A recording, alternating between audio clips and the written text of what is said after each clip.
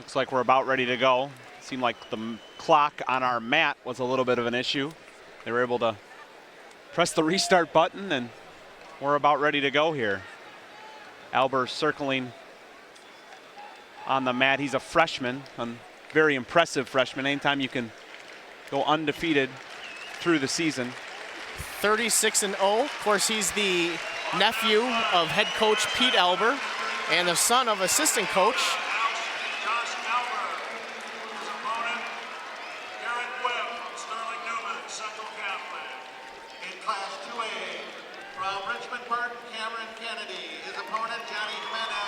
Garrett Webb, a little bit more experienced, a junior. Albert obviously has been through this at a smaller level at IKWF. Multiple-time champion at IKWF level. Certainly a bigger step up here being in the high school state finals, but he's been in big matches before, no question about it. This will be the biggest of his life. And the championships at 103 pounds are underway. Like we mentioned before, Josh Elber of Dakota is in the red ankle bands, the maroon and white colored singlet. Webb, Sterling Newman Central Catholic will be in the green colored ankle bands, the blue singlet with white pinstripes. We talked earlier in the day about teams pulling out their alternate singlets. Sterling Newman did that for the finals. In a way, it kind of reminds you of the Yankees. A little bit, and they're about as successful as the Yankees. That's where I was going with that. 11 years in a row now by having somebody in the finals. Albert gets a takedown by the edge of the mat. Minute 18 on the clock as they go out of bounds. Albert personifies Dakota wrestling too. They're known as tough riders. They're known as very solid. Albert does all of that and does it extremely well. Be a caution on Webb. Got a little jump start there. Webb comes into the finals with a 44-4 record. All four of his losses, two of them are to Denning, which we spoke about earlier, and his other two are to Elber.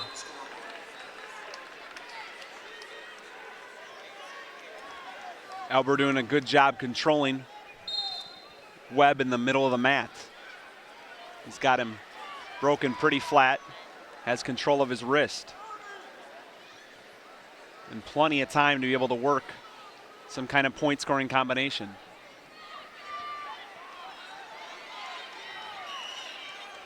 Webb stands up. Albert drops down to his leg. Still in control here with 33 seconds left to go in the first period. It's 2-0 in favor of Albert as the referee calls a stalemate, so they'll bring him back to the center and reset with Webb down in referee's position and Albert on top. Webb got a quick jump off the whistle there, but Albert's able to bring him back down to the mat and almost get a tilt to score points.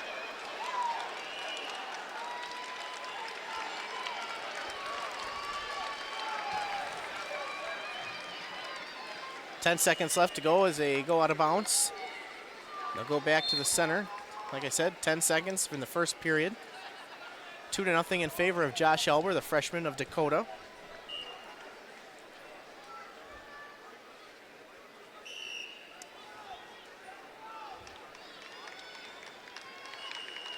First period comes to an end.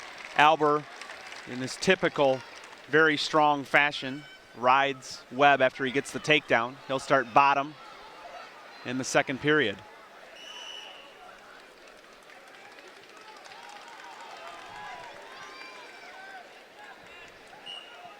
Second period underway. Elber chose down, like you said.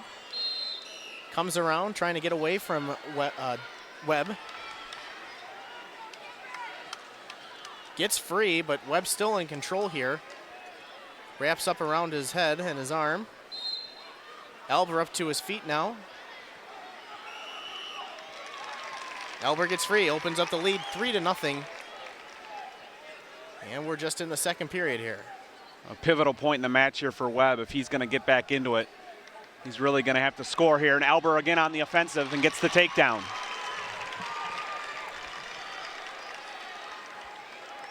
Has the arm locked up underneath Webb. Could possibly try a pinning combination with that.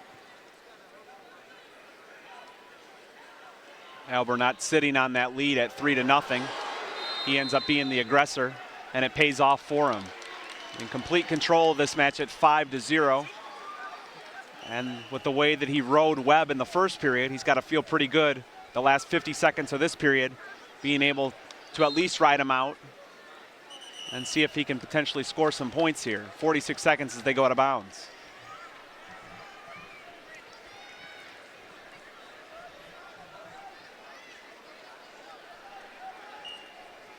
Match restarts in the second period. 42 seconds left to go. It's 5-0 in favor of the freshman from Dakota. Dakota, one of those teams that's rich in tradition. Several state champions. One 4-time state champion, Seth Milks. His older brother was a 3-time state champion. Dad's one of the assistant coaches.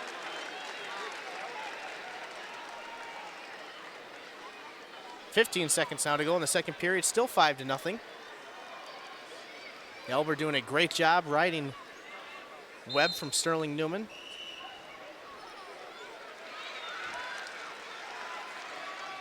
And that's how the second period is going to come to an end.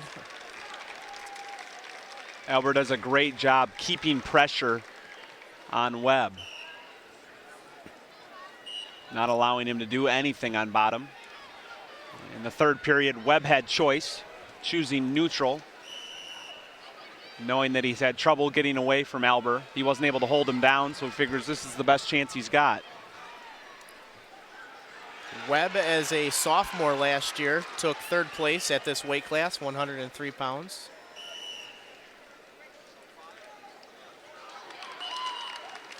They go out of bounds. They'll bring it back to the center with 1:33 left to go in this championship match at 103 pounds.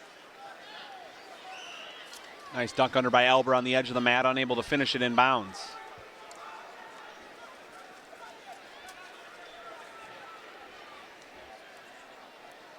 Elber, of course, like we mentioned, undefeated. Took first place at the Stillman Valley tournament, first at the Princeton tournament, first at the Orion tournament. We mentioned first place as an 8th grader in IKWF, possibly en route to his first state championship here in high school. You're almost going to need a separate room in the house to keep all those medals, plaques, and trophies. That's pretty impressive. Not bad for a freshman as he just continues to not give Webb any space to get back in this match. He continues to be the aggressor. He got a good duck under, led to a single leg takedown, and he's able to score 2 more points on the edge of the mat. 7-0 Elber with 50 seconds remaining in the third period.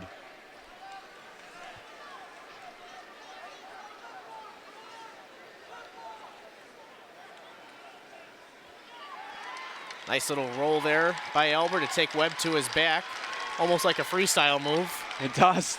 Up 7-0 to roll yourself on your back and roll your opponent through. You've got to have a lot of confidence. And for a freshman, Elber certainly has that. He's got more back points coming. 3 more. A 10-0 lead now for Elber. He's been completely dominating in this match. 10 seconds now left to go. 10-0 in favor of Josh Elber of Dakota. You can hear the Dakota fans come to life. Josh Elber, the freshman, gets his first state championship under his belt. Finishes his freshman campaign with a record of 37-0. He wins by a score of 10-0 over the junior from Sterling Newman, Garrett Webb, who finishes with a record of 44-5. Look forward to seeing Josh Elber throughout the rest of his career. He's off to a great start with a state championship and an undefeated season in his freshman year. All right, here we go with the 112-pound Class 1A state championship. We'll have a junior from Braidwood's Reed Custer, wrestling with a record of 39-2. He's the defending state champion at 103 pounds, Trent Lyons. He'll be going up against a freshman with a record of 46-3 from Sterling Newman Central Catholic, Jake Snow. Both these wrestlers have been very impressive in this tournament for different reasons. Lyons beat a tough Maya Shearer from Stillman Valley in a close semifinal match. Snow has kind of rolled through the tournament. He had a closer semifinal match, was able to pin his quarterfinal opponent and has found his way in the finals as well. Another Sterling Newman wrestler in the finals. We mentioned before, Lyons a state champion last year at 103 pounds.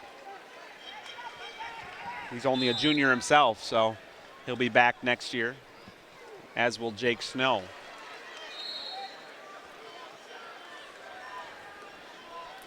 Snow had somewhat of a upset last weekend in the Oregon sectional finals. He pinned Maya Shear of Stillman Valley. Maya was winning at the time, kind of got caught. Lyons ranked first by Illinois Matmen as a junior.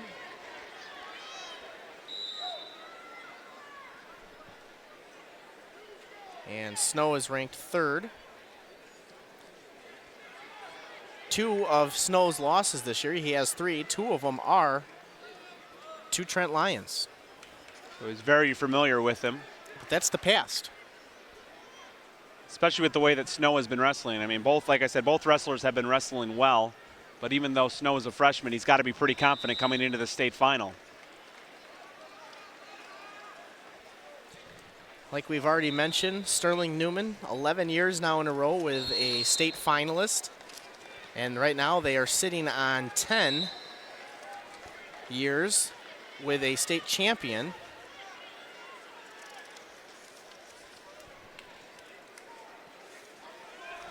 And I believe Jake Snow would have to win this match to keep that streak alive for Sterling Newman.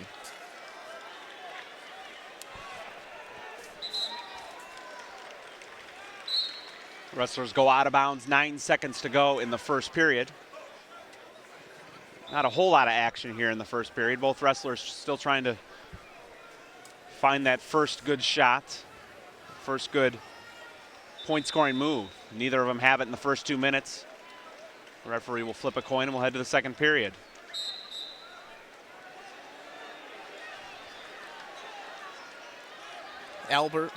Snow received the choice on the flip. He deferred to Lyons, who chose down to start the second. Snow coached by Steve Davis of Sterling Newman, with Lyons coached by Andy Gleixner.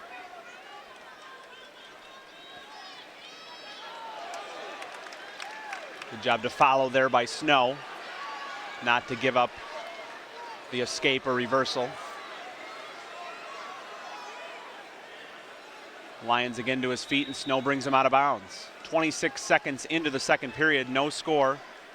Snow doing a good job riding Lyons.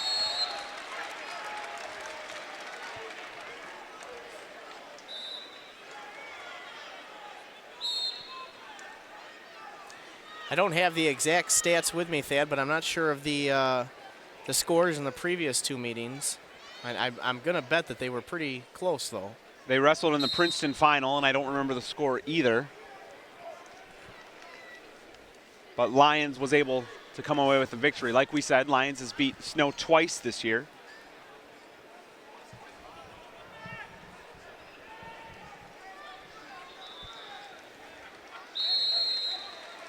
But Snow doing a good job so far in the second period. He's been able to ride Lyons for half of it.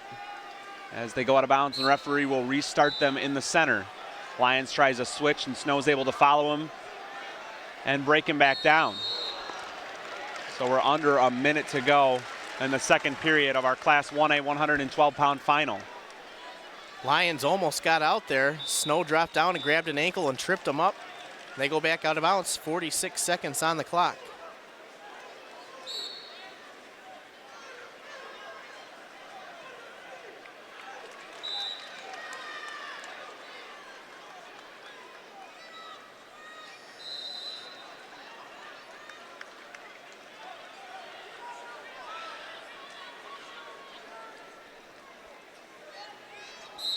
.30 seconds left to go as they roll out of bounds. Snow still in control. No score on the scoreboard. Snow doing a good job, having good wrist control. And because Lyons Hasn't been able to get his wrist free, hasn't been able to get out.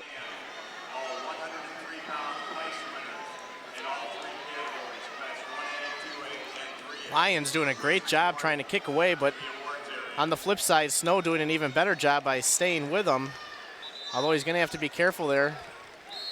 And as I say that, he does get hit for stalling. The match stops with 9 seconds left to go in the second period. Snow hanging onto the ankles.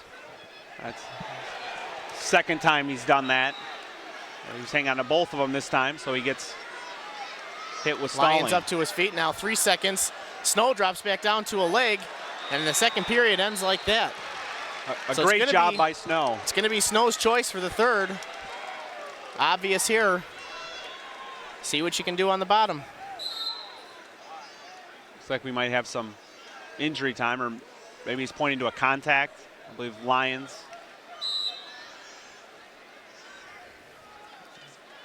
Not sure what's going on, but I think we're going to have an injury timeout.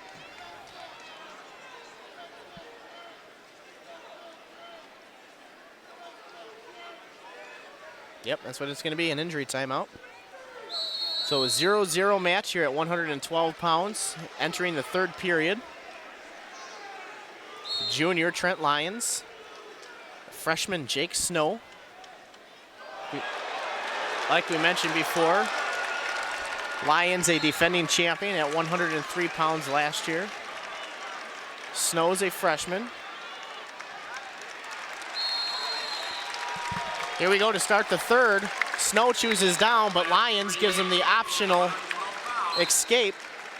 So give Snow the lead, 1-0 here. I think the Lyons realized that it was only to his benefit to wrestle on his feet the third period. Knew he wasn't going to be able to hold down Snow. So he's going to try to go on his feet. The first period, we didn't really see a good shot by either of them. Like we mentioned, these guys know each other very well. They've wrestled twice already this year. They've undoubtedly seen each other at similar places. They've seen film on one another. They know a lot about each other. So neither one has come in with a great offensive shot so far in this match. But it's Lyons that's going to have to come up with it, trailing 1-0 now in the third period.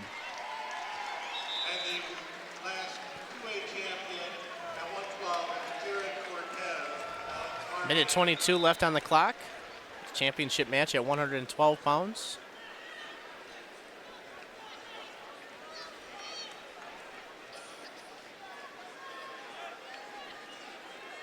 Both men locked up in the center. Lyons tried to drop down. Snow dropped down with him. Held on tight. 1 minute now left to go. It's 1-0 in favor of the freshman from Sterling Newman. Don't want to jinx anybody yet, Thad, but we were just talking a minute or so ago about the streak for Sterling Newman. 11 years in a row for a finalist. And they've got 10 years in a row for a state champion, trying to make it 11 here. That could be possible if Jake Snow can hang on to a victory here with 40 seconds left to go in this match.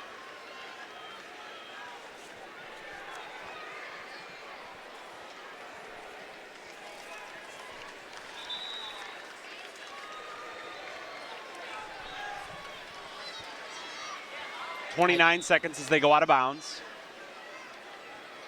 I apparently did overlook 130 pounds. They will have another chance if they don't get it here with Max Hubbard. Oh, boy. Stalling is called on Snow. On Snow, his second warning. So it's a tie match with 12 seconds left. Neither wrestler had come in with a great shot. And Snow was doing a little bit of backing up, but I'm not sure that Lyons was pressing the issue enough. But the referee thought that he was, so we're tied 1-1 as the third period comes to an end. Lyons walks off the mat, pointing to his eye. His coach just says, let's wrestle, dude. All you need to know is that there's a guy in front of you. You need to take him down to win this match. So we're in overtime, 1 minute on the clock. First point scored wins. That includes stalling calls. Snow has been warned and issued a point. Lyons has been issued a point for Snow stalling. Snow shoots in on a leg now. Lyons does a great job sprawling away and going out of bounds. 37 seconds left to go in this first overtime period. This 112-pound championship match.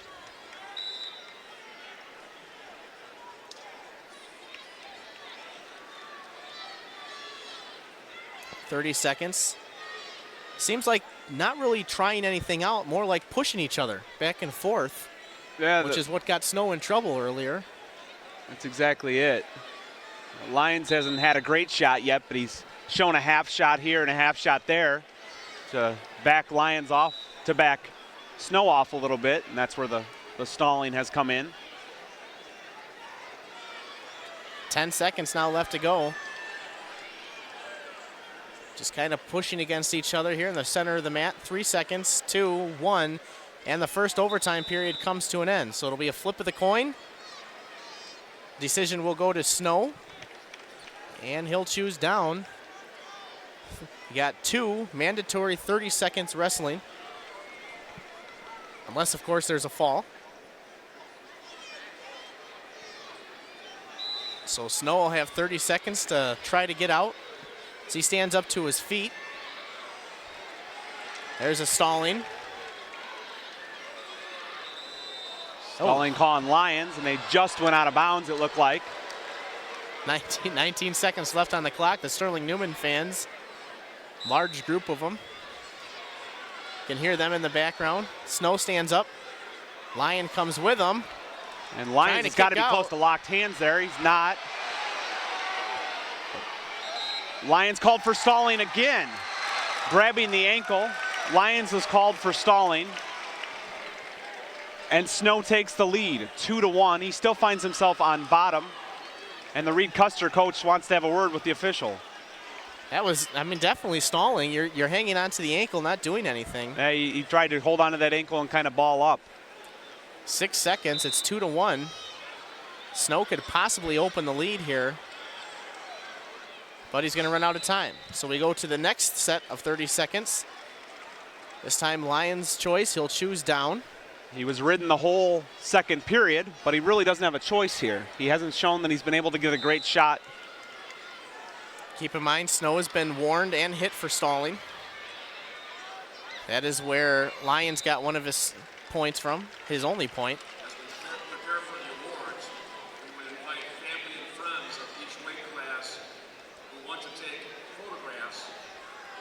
22 seconds left to go. It's 2-1 in favor of Jake Snow, the freshman. If he hangs on, we could possibly have back-to-back freshman state champions. Remember, Snow has been warned too, so if he does the same thing that Lyons did, and we got a dump. Snow dumps him, but Snow's going to end up on top. I think he's going to win. Yes. Wow. Nice scramble. Lyons with a great dump. Looked like he was going to be able to at least reverse Snow for the lead. Snow shows great balance, stays on top and in control, and wins the state championship. Not too shabby for a freshman. And there's the 11 years in a row for Sterling Newman. We'll have 119 pounds coming up for you in just a moment. Here we go with the 119-pound Class 1A state champion. We'll have a senior, two-time state champion already from Stillman Valley, Nick Harrison. He's looking for his third. Up against a junior from Leroy, Devin Bullington. Harrison comes in with a 43-1 record. Bullington with a 39-0 record. We were kind of hoping this would be the matchup of the night, thinking it would be close, but boom, right off the bat, Harrison comes in with a slick double, picks Bullington up and brings him down to the mat, leads 2-0 with 1:30 left to go in this matchup.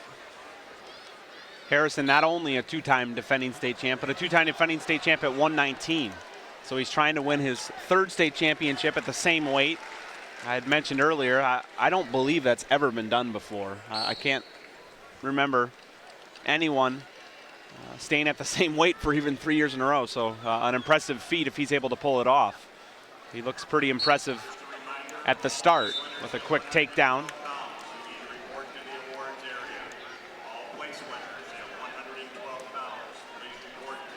Harrison heading to Northern Illinois University to wrestle for the Huskies next year.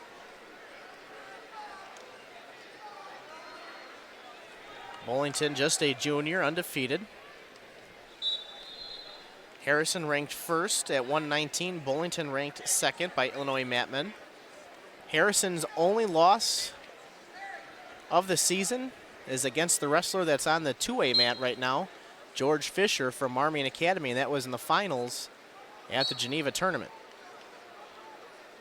Bullington finished third a year ago at 112 pounds as a sophomore. And he finds himself in the finals at 119 pounds this year.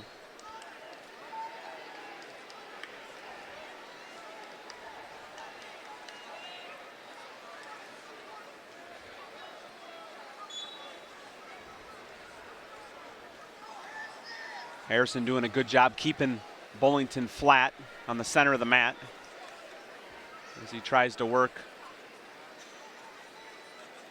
Bullington's arms. Under 10 seconds left to go in the first period. 2-0 in favor of Nick Harrison. Harrison of Stillman Valley in the black singlet with the red cardinal on the front. Bullington with their alternate championship singlets, all white with the brown trim.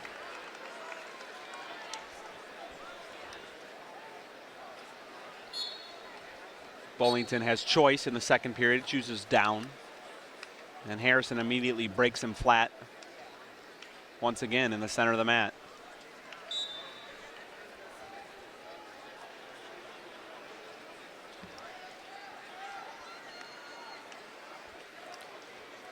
Harrison, we mentioned before, a senior, being coached by Jamie McCarty, who is a former state champion himself from Byron.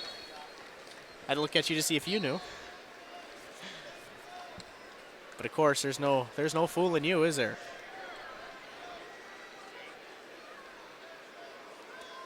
Harrison still has Bullington flat in the center of the mat. Unable to work any kind of combination at this point, but he's got Bullington's left arm pinned to the side of his body to make sure that Bullington's not going to be able to move far. Jamie's brother, of course, we're talking about the coach of Stillman Valley. Stalling called on Bullington as Harrison looking for a tilt. Got a 1 count, and that's it. His brother Josh sitting in the chair in the two-way, coach for Sandwich. I'm just full of information, Thad. Lots of good filler. Harrison didn't quite get Bullington over for the count, so it's just 2-0 now with 35 seconds left to go in the second period.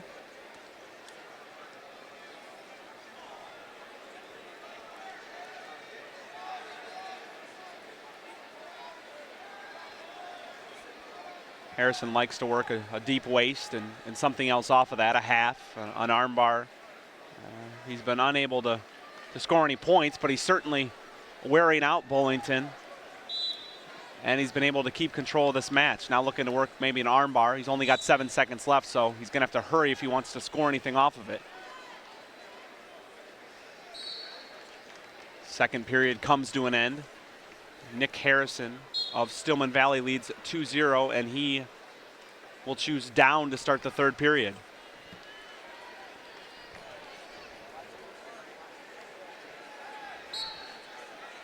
Harrison immediately stands up, faces Bullington, and gets onto his feet just within 5 seconds of the start of the first period.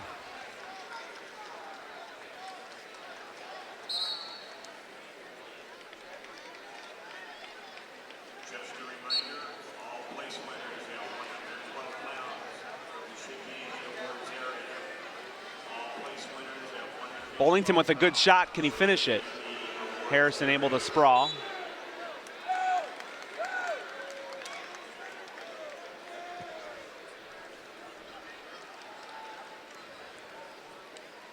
Harrison almost had Bullington down. Now tries to shoot in. Bullington holds his head and keeps him from that double that he's so well at. Now Bullington tries to double for himself, but gets nowhere as Harrison stops him. Referee calls a stalemate, and they'll start fresh with 1 minute and 7 seconds left in the third period.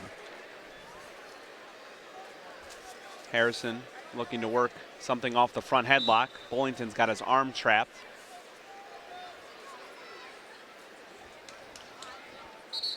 And the ref calls stalemate again. 52 seconds left to go in this matchup. Championship match for 119 pounds, Class 1A. And again, Harrison able to circle around and score. So a 5-0 lead now for Harrison with 40 seconds left in the match. He continues to keep the pressure on Bullington. And he just hasn't allowed any space for Bullington to get into this match. He had a takedown 10 seconds in, and he's controlled the match from there. 20 seconds now remaining as Nick Harrison closes in on his third state championship in a row at 119 pounds, Class 1A. He'll be heading, like we said, to Northern Illinois next year. Wrestle for the Huskies as Bullington stands up. Harrison stays with him, but it's not going to be enough. Your 2011 Class 1A 119-pound state champion with a record of 44-1 from Stillman Valley, Mr. Nick Harrison. Nice job, Nick. He does a nice little flip there at the end. Might have been the scariest moment of the day for Harrison, trying the flip. But an impressive end to an unbelievably impressive career for Nick Harrison of Stillman Valley.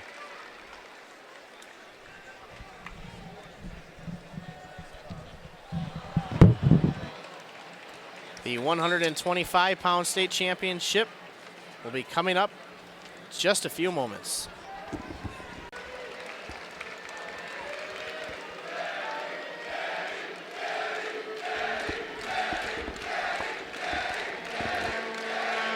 All right, here we go with the 125-pound state championship in Class 1A. We'll have a junior from Leroy with a record of 29-0, Justin Myers, going up against a sophomore from Stillman Valley with a record of 38-7, J.J. Whaley.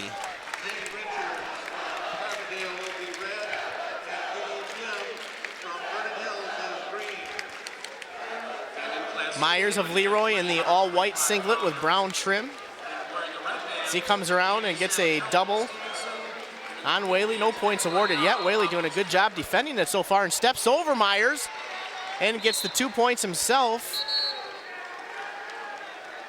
Good balance there shown by Whaley to get the takedown.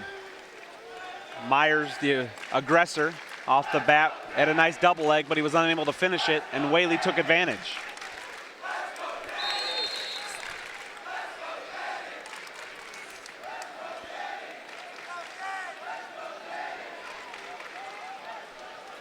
A minute left to go here in the first period. With the place winners at 119 pounds, please report to the awards area. All place winners at 119 pounds, please report to the awards area.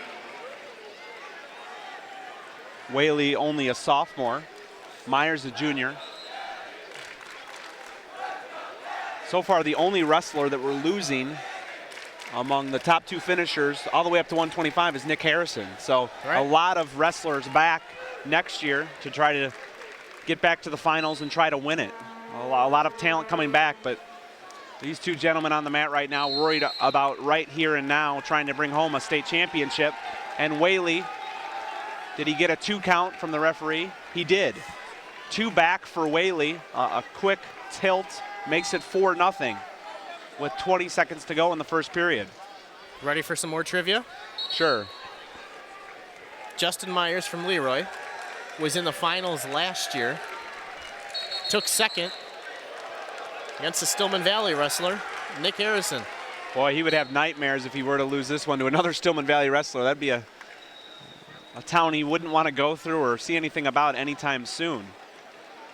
4-0 as the second period, or excuse me, the first period comes to an end.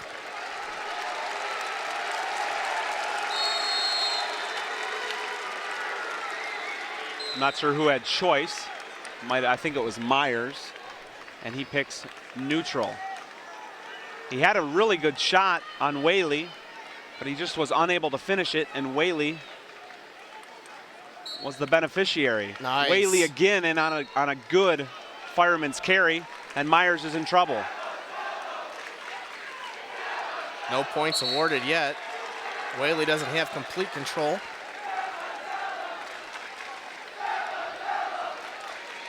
Now he gets the 2. And possibly more for some back points. He's got the half Nelson sunk in. Referee doesn't give any, so 6-0 with 1:15 left to go in the second period. 6-0 lead for Whaley. And a good shot, able to finish it eventually. Unable to get any back points. But he still finds himself up now 6-1 as Myers gets away. A minute to go in the second period.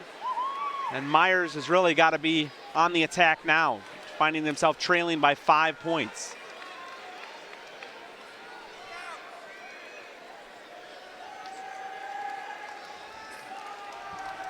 .35 seconds left to go in the first period, second period.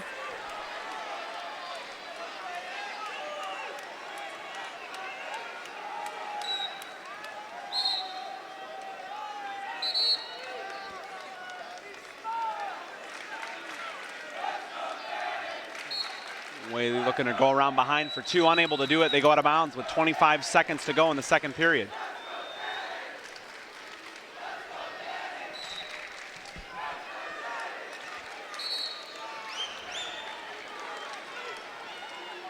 Whaley has been impressive so far in this match. See, sprawls to counter another shot by Myers and looks to get around for 2. He's got 7 seconds here at the end of the second period. 4 seconds. And he dumps Myers down on his hip and gets, I think it should be 2. It is 2 at the buzzer. Referee waited a bit to call that. I don't know why they had to get together on that. It was clearly 2. And it's 8-1 in favor of Whaley, and he will start the third period with his choice on bottom.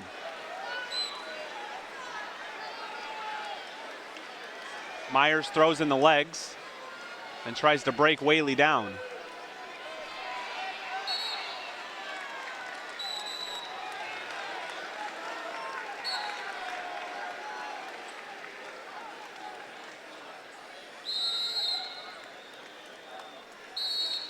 Myers is going to give him the optional start. Not the optional start, but the optional escape.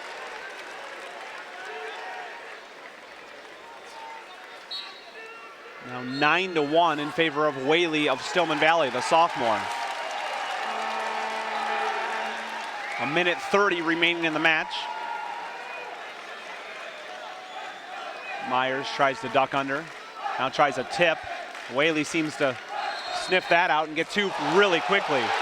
Whaley has been on everything that Myers has tried to do.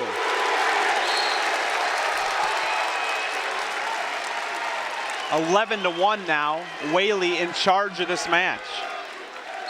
I'm not sure even the biggest Stillman Valley fan thought it would be 11-1 at this point, coming in against an undefeated wrestler.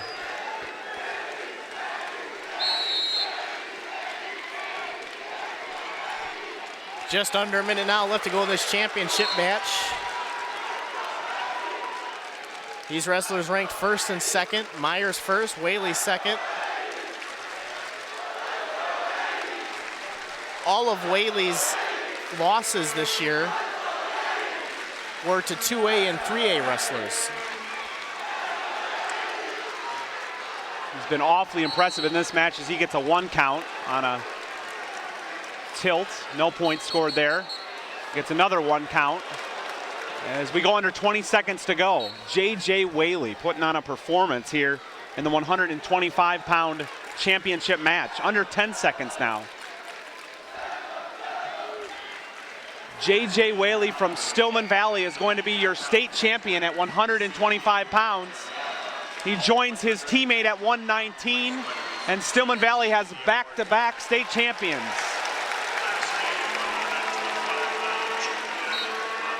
So congratulations to J.J. Whaley. He finishes his sophomore Well, he's not finished yet because Stillman Valley is still alive. And the team, so he finishes individually 39-7 with a state championship. 130 pounds will be coming up shortly. Here we go with a 130-pound state championship match for Class 1A. We'll have a defending state champion at 125 last year from Orion with a record of 41-0, Thorian Twiner. He'll be going up against a junior from Sterling Newman Central Catholic with a record of 35-4, Max Hubbard. Twiner will be in the all-white singlet with the big O on the hip, red bands. Hubbard will be in the blue singlet with white pinstripes, green ankle bands. The match is underway. Hubbard able to get here with a big pin in his semifinal match.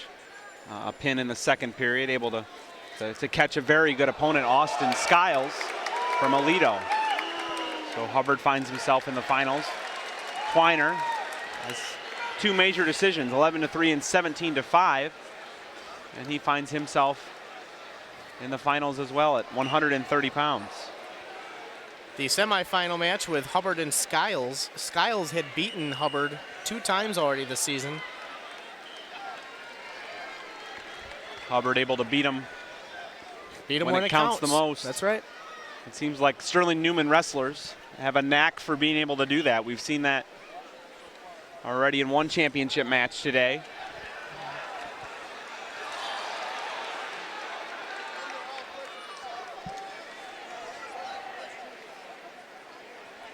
No score here. We're a minute into the first period. Scary thing about all these Sterling Newman wrestlers, they all seem to be young freshmen, sophomores, and juniors. They're all going to be back next year. These 3 finalists will all be back. Sterling as a team is still alive in the team sectionals this upcoming week. They'll be wrestling Harvard. That'll be taking place in Morrison.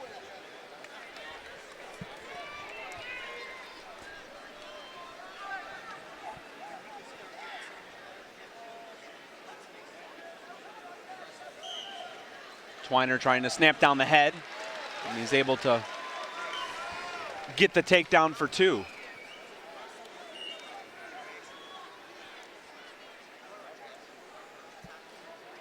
Hubbard and Twiner have met up already this year.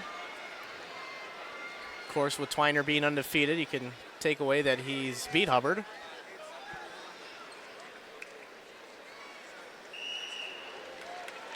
First period comes to an end with a 2-0 lead for Thorian. We mentioned already a state champion last year at 125.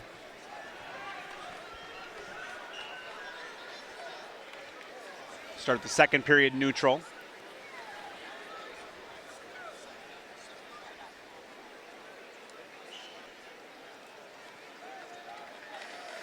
Hubbard in on a good shot. Can he finish it? He brings it up. Twiner tries to reach Hubbard's leg. Hubbard's going to have to get his head out of there, or Twiner's going to have him in trouble. Hubbard still with a single leg. Twiner with a deep waist. Hubbard got in on a good shot, but he hasn't been able to do anything with it.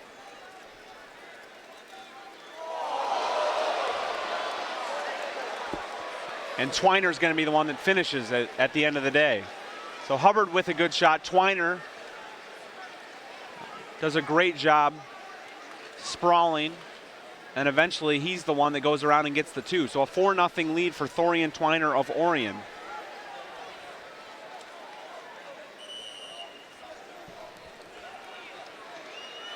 Twiner has Hubbard broken down flat towards the middle of the mat. 35 seconds to go in the second period of the state final at 130 pounds.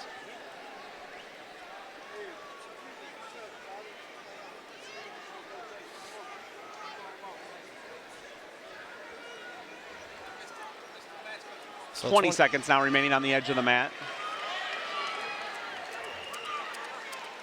Stalemate is called and we head back to the center. 15 seconds left in the second period. Of course, Twiner, ranked first by Illinois Matmen, finished first at the Erie tournament, Princeton, Orion, and Litchfield tournaments. Hubbard ranked third, finished first at Plano, first at Erie, and second at Princeton, which is where he lost to Twiner. Second period comes to an end with a score of 4-1, still in favor of Twiner. Twiner will choose down and start the third. Hubbard lets him go, so 5-1 now. Twiner goes right back to work, gets a takedown, 7-1. A minute 45 left to go in this championship match. Great throw by there by Twiner. Able to shuck Hubbard by and get the takedown. Now in complete control of this match as he's working on Hubbard's arms while he has him broken flat in the center of the mat.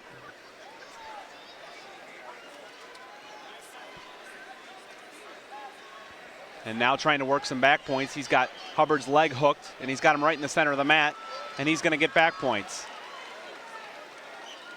Hubbard able to get back over on his belly, but not before Twiner scores two more. 9-1 now as we come up on a minute to go in the third period.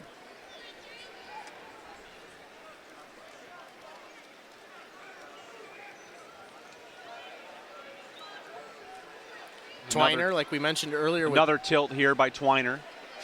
And he almost ends up in trouble. Oh boy. But shows good recovery. No back points were given. A couple of one counts. We talked about Nick Harrison at 119 pounds heading to Northern Illinois next year.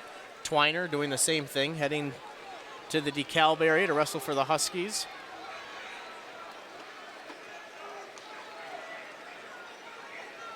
Hopefully they're not bringing their brackets with them. That'd be a crowded room. With the three of Harrison and Twiner, looks like he's well on his way to number 2. 20 seconds. 9-1 is the score in favor of Twiner.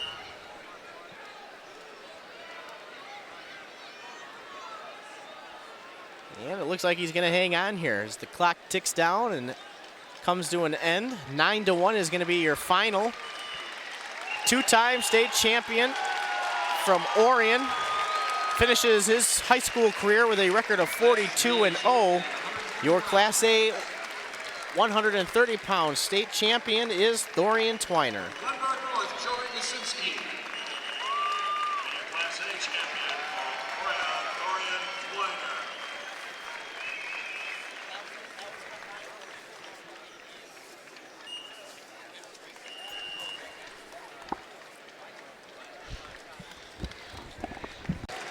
All right, here we go with a 135-pound Class 1A state championship. We'll have a senior from Litchfield with a record of 46-1, Coy Davidson, going up against a senior from Macomb with a record of 37-1, Austin Miller. Miller's only loss came against the man we just saw win the state championship at 130 pounds. So we have an interesting match in front of us.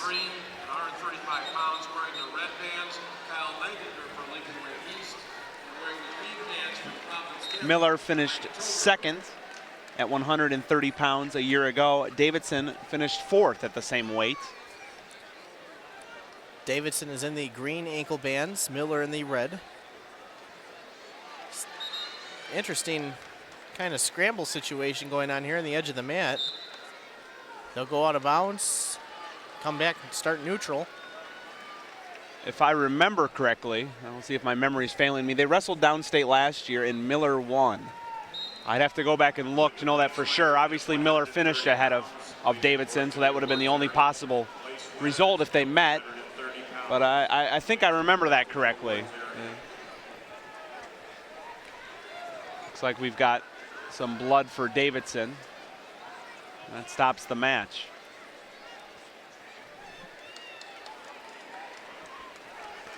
Davidson in the purple singlet with the white L on the chest. Miller from Macomb with the black and orange singlet. Thank you, Pat Hughes.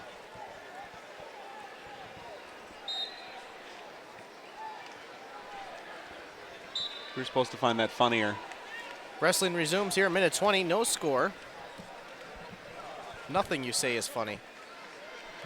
Thank you.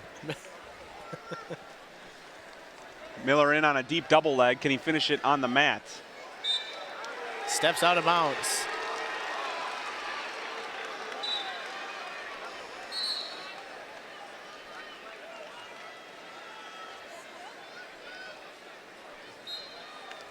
Miller shoots in, but Davidson sprawls back and Miller backs out. Both men on their feet by the edge of the mat. Davidson now with a double. Comes around and gets 2 points for the takedown with 45 seconds left to go in the first period. A great shot there by Davidson. He was able to finish it quickly before Miller was able to react. And now he's got a great half in. Can he turn Miller? Doesn't look like he's going to be able to do it. And they'll go out of bounds.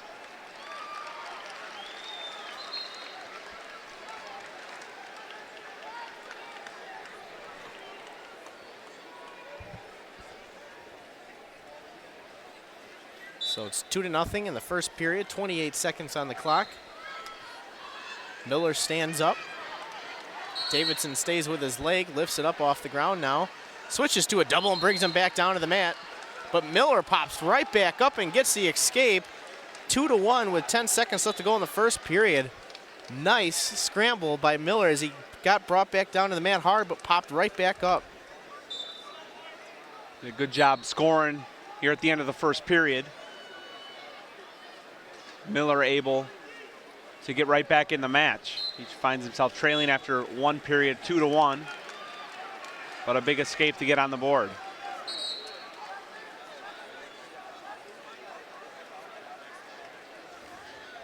Looks like Davidson had choice, I believe, and he picked neutral.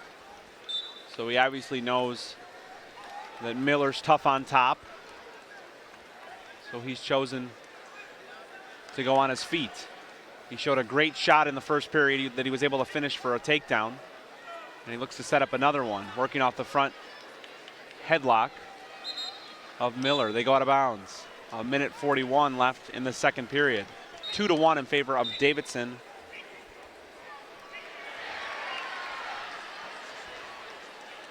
Miller almost in with a takedown, but Davidson does a nice job defending it. So both back up on their feet, a minute 25 left to go now.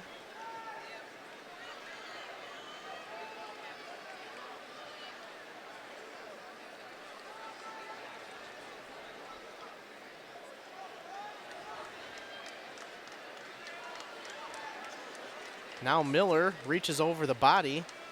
Davidson has his leg locked up with Miller and drops down to grab the other leg. And the second period, under a minute now left to go in that.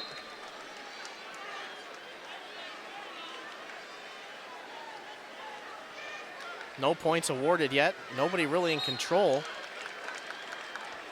Davidson doing a good job hanging on to Miller's leg there. If he can Still hook no the points. ankle here, he's going to be able to get the points, but he's been unable to do it. Davidson just hanging onto that ankle, and we're close to a stalemate.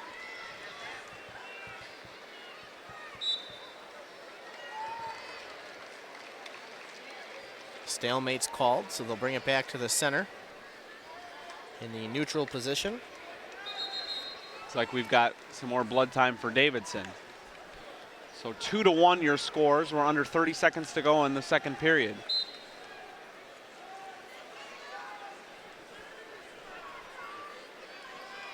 £135 state championship. Alex Valentine of Seneca placed third earlier today with a victory over Wilmington's Jack Scory.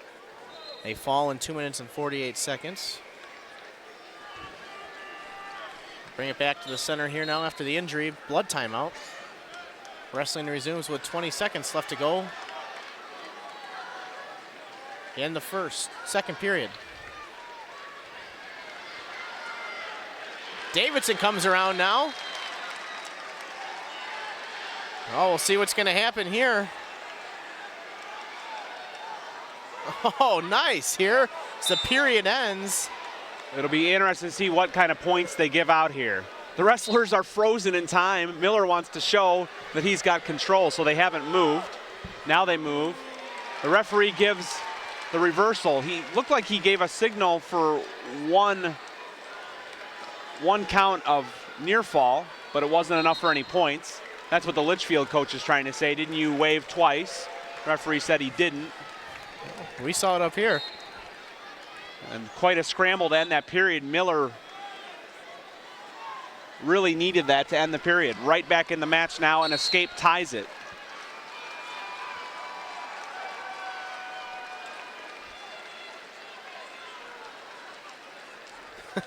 I like how that period ended where they stayed put.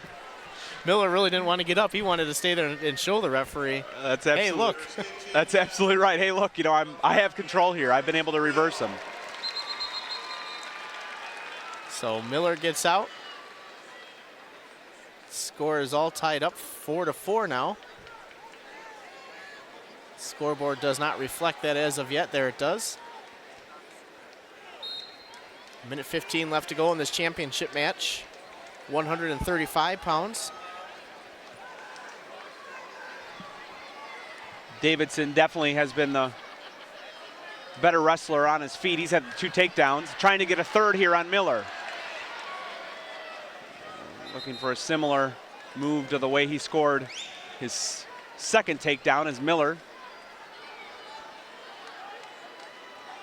tries to take advantage of Davidson in a front headlock.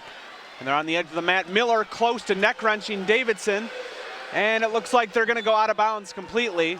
There's nothing to get together on that. They're out of bounds. They're way out of bounds. I was going to say, Miller's trying to tell the refs too. Miller's whole body was out of bounds. I'm not sure there could have been any way they awarded 2. Miller almost came up with a neck wrench to get the 2 points in bounds. 35 seconds. Another interesting position. Both wrestlers extremely well built. I mean, both of them, you can see, both of them have been able to use their strengths against wrestlers that don't quite have the strength they have, but both of these wrestlers have quite a bit of strength. But Miller comes out on top as he gets free from the whizzer with 15 seconds to go.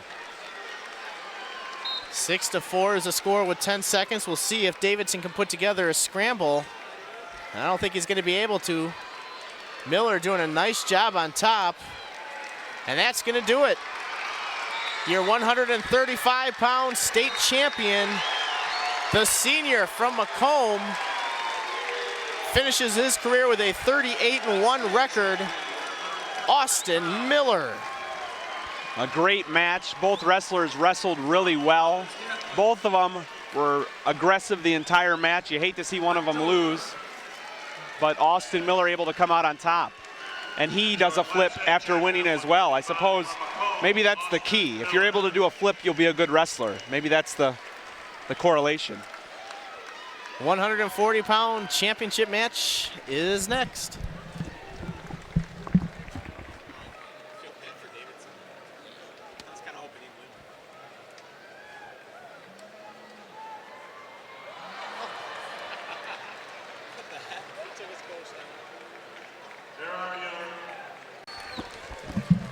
Here we go with the 140-pound Class 1A state championship.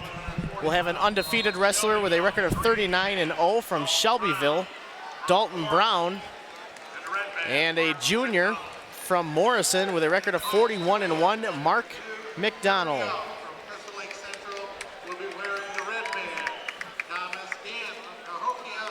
Dalton Brown, a senior, like we mentioned, ranked first. McDonald, a junior. Dalton Brown from Shelbyville finished second at 135 pounds last year, and Mark McDonald finished second at 140 pounds. So both these wrestlers were in the finals last year, and both of them lost. One of them will get over the top and get their first state championship. The other one will finish second 2 years running.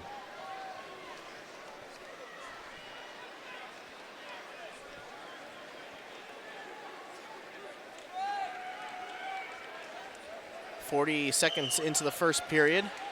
No scoring yet. As I say that, Mark McDonald comes around on a re-switch and gets the first 2 points. Takedown, 2-0 in his favor right now.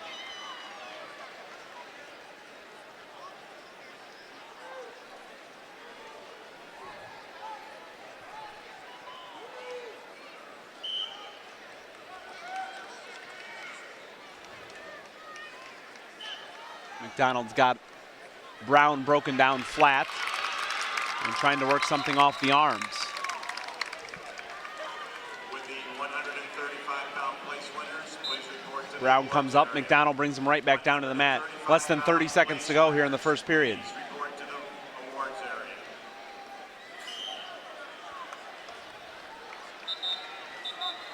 Stand up and they go out of bounds with 17 seconds left to go. Still 2-0 in favor of Mark McDonald. We mentioned a junior with a record of 41-1.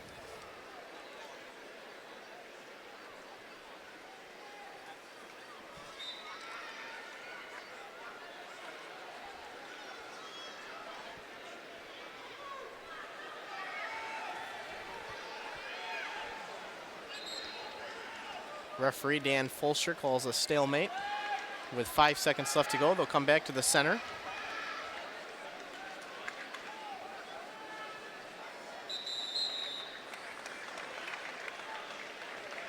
Brown stands up.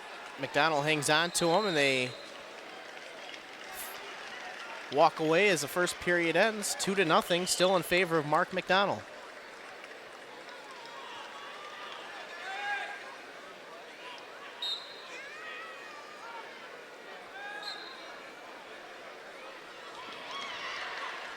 McDonald tries to stand up. Brown lifts him up in the air and back down on the mat. Once again, a reminder that all individual weight class champions are to stay in uniform and report following a 285-pound weight class presentation for a group photograph. All individual weight class champions, please stay in uniform and report following the 285. McDonald stands up and tries to switch, but Brown stays right with him. And they go back down to the mat. McDonald up on all fours now. Brown has to be careful here, gets out of position, trying to get a cradle locked up. Minute 10 left to go in the second period. Brown doing a good job riding McDonald to this point. Just as I say that, McDonald able to get the legs out and able to get the reversal. So a 4-0 lead now for McDonald as we go under 1 minute in the second period. McDonald, a junior with 1 loss. Brown, an undefeated senior. Brown with an escape, 4-1 now, 50 seconds to go in the second period.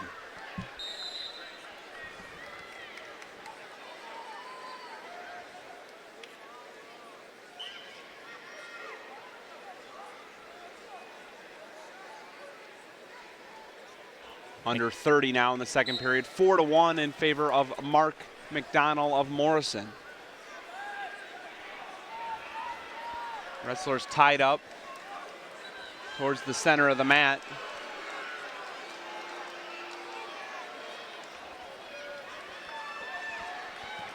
Brown will have his choice to start the third period.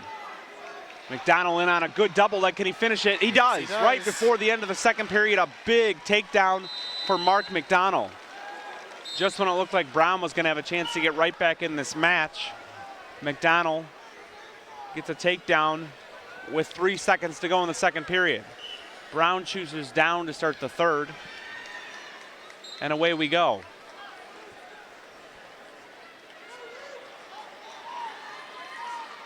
Brown gets out pretty quickly, 6-2. I think McDonald feels more comfortable on his feet. He's definitely showed that so far in this match. A big takedown in the second period and a takedown in the first period.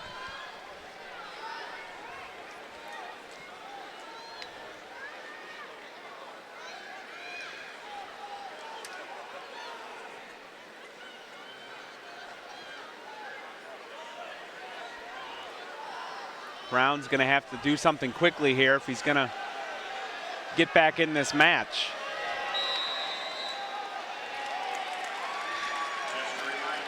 Brown wrestled a tough overtime match, winning by pin in overtime over Travis Tomac of Plano. A minute now left to go in this championship match. McDonald picks Brown up with ease and takes him down to the mat. 2 more points, 8-2 with 50 seconds in this championship match.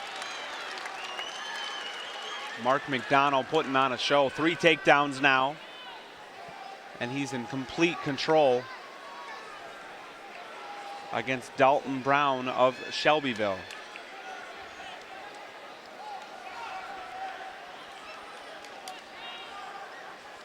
Under 30 seconds, 8-2. Lead for the junior from Morrison. Brown stands up. McDonald just kind of lets him go at the edge of the mat. 8-3, see if Brown can put something together here. He's trying for a throw, but steps out of bounds. He'll have 11 seconds.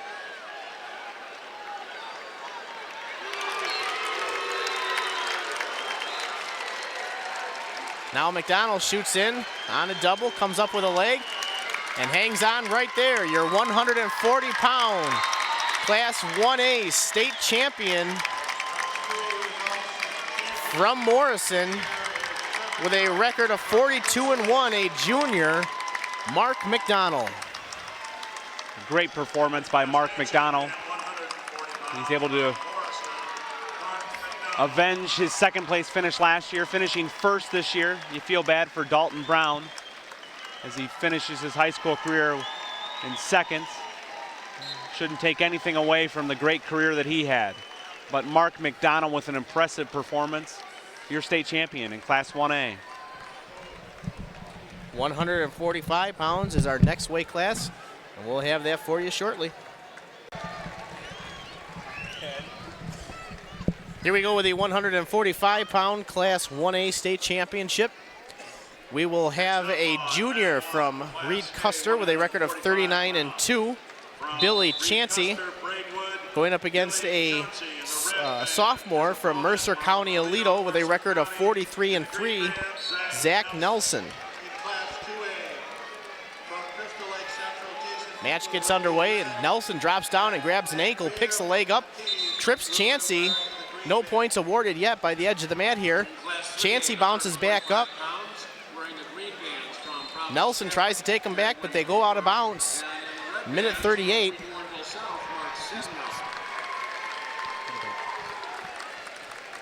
Chansey doing a good job fighting off a very good single by Nelson. Nelson unable to finish it on the mat, and they go out of bounds. Looks like we've got a little bit of blood for Nelson. Nelson finished third in his sectional, the Oregon sectional at 145 pounds. That was probably the toughest. One of the toughest. 160 pounds was a tough one. weight class. 160 pounds was quite tough too. 145 at Oregon, certainly one of the tougher weight classes. But Nelson was able to find his way through the sectional and now finds himself in the state final. Looks like they fixed whatever malady he had, and we're back underway.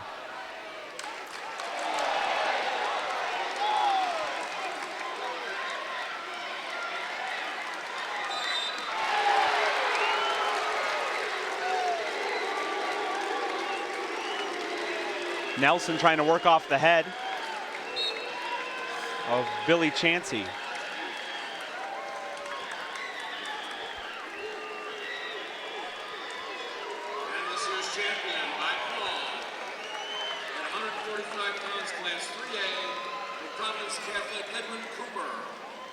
We go under a minute in the first period, still no score. Nelson's really good shot at the beginning, our only offensive action so far. Chansey in on a half shot, comes out of it. Nelson takes a pretty good shot, but he's by the edge of the mat, and now he's sprawled out. Chansey trying to finish here. Nelson comes up to his knees, and they go out of bounds.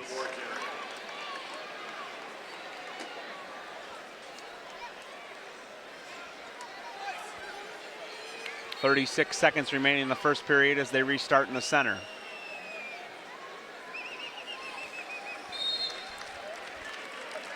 £145 state championship on the line. Chansey ranked first by Illinois Mattman. Nelson ranked 5th. Again, shows you why rankings don't mean much.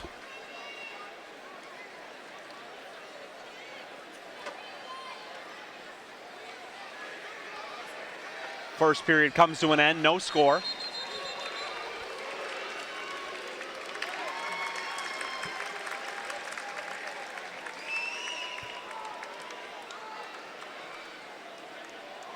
Chansey gets choice and chooses bottom to start the second period. Nelson covers and we begin the second period. 0-0. The score in this match. Chansey gets away for the escape and Nelson immediately in on a shot. He's unable to get in very deep and he tries to back out, but Chansey has him in a front headlock. They're towards the edge of the mat. Chansey trying to work something off the front headlock, unable to do so. As the referee wants a fresh start back in the middle. A minute 26 remaining in the second period. 1-0, your score in favor of Billy Chansey of Reed Custer.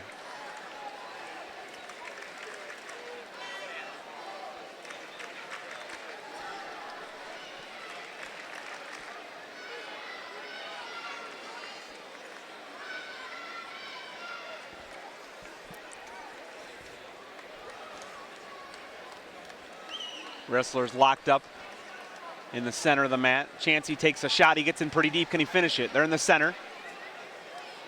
He's in on a single leg. They go back down to the mat. No points yet. Chansey now gets in on an ankle. And Nelson tries to go around back. Chansey brings him up and dumps Nelson back down to his side. Nelson is in trouble here. Chansey trying to finish. And it looks like he's about to. No points awarded yet. Still no points awarded. They're under 30 seconds to go in the second period. There it is. 2 takedown for Billy Chansey. Opens up his lead to 3-0. We talked about wrestlers that will be back next year. Both of these gentlemen will be back. Chansey, a junior. Nelson, a sophomore. So far, the first half of the weights of 1A will be loaded for Bear next year. Good luck trying to find a weight that'll be easy to qualify or place at next year. It looks like time is going to run out at the end of the second period. 3-0. Billy Chansey of Reed Custer still in the lead. It will be Nelson's choice here in the third period. You would imagine his coaches are going to put him down, but he doesn't feel comfortable on bottom, so he's going to go neutral. So he's going to need 2 takedowns here, or a takedown and some near fall, to get back in this match.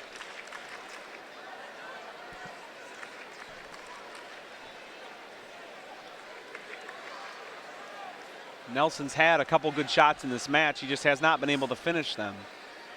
Chansey's done a better job after Nelson's gotten in on shots, and Chansey in on a good reshot here, but they're on the edge of the mat. Is he going to be able to finish it before they go out of bounds? Chansey still in on that single, and he's going to get it the 2 right on the edge of the mat. Nelson kind of helped him out there. He had his feet separate apart. Right. Nelson brought him back together, allowed Chansey just to grab it, fall out of bounds with the takedown. It's one of those situations, Thad, where you kind of got to know where you're at, what position you're at on the mat. Instead of pulling away from Chansey there, Nelson, if he's able to get closer to him, I don't think he gives up that takedown on the edge, but Chansey smart enough to get the legs and a 5-0 lead. He's got Nelson broken down flat as a pancake right on the center of the mat, trying to work a power half or something off of it.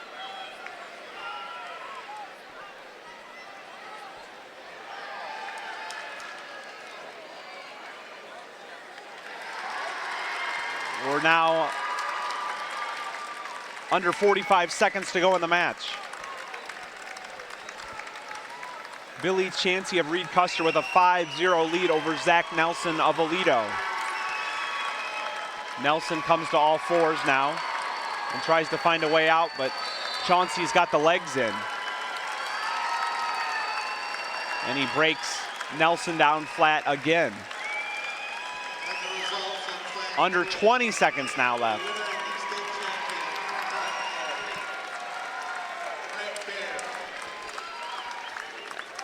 And Billy Chansey from Braidwood Reed Custer is going to be your state champion. The final score, 5-0. State champion at 145 pounds as a junior, Billy Chansey of Reed Custer. He wrestled an impressive match. He did not allow Nelson to get in it. He did a great job scrambling, and he puts away Nelson to win the state championship at 145. We'll be back with you for the state championship at 152 pounds in a minute.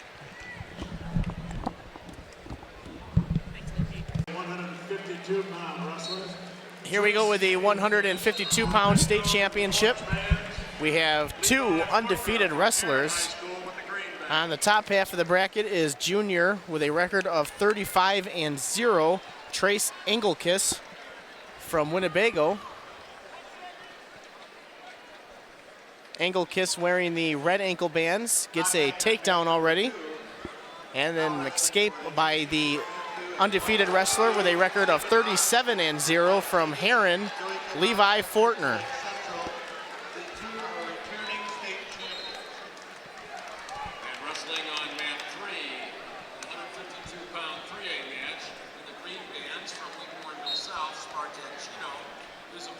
Fortner in on a good shot, but Engelkiss has caught him in a spladle. Engelkiss got a spladle in. And he's in deep trouble now. Fortner, he's stuck. Unbelievable. 55 seconds in. Trace Engelkiss from Winnebago spladles Levi Fortner, and he wins a fall in 55 seconds. Fortner had a great shot. He couldn't get his head out, and Engelkiss ends it early. He finished second a year ago. He won't finish second this year. He is your champion. Nice. I hope you didn't blink. You would have missed it. Which I did. I was looking down at the brackets, and I looked up, and he had the spladle in. Trace Engelkiss, your junior, finishes his season with a 34-0 record, state champion at 152 pounds. Levi Fortner, nothing to hang his head on. Came into this match undefeated. Just one of the handful of undefeated wrestlers coming into the state tournament. Had a great tournament up until that point, just kind of got caught in a bad situation. It happens all the time. Yeah, you feel bad for him because, you know, you're in the state championship. You obviously want to have a better result than to get pinned in the first period. But like everyone else so far, except for one wrestler, they're both back next year. Both of those wrestlers juniors. Wow. Another barn burner. Probably ahead next year for both of them. So coming up next will be the 160-pound state championship.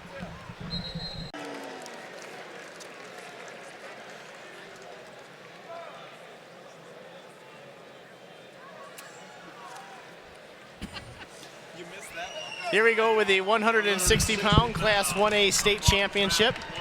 We'll have a senior from Prairie Central, Andy Holselton, with a record of 41-0. State runner-up last year at this weight class. Going up against a senior from Peatone with a record of 29-5, Alex Young.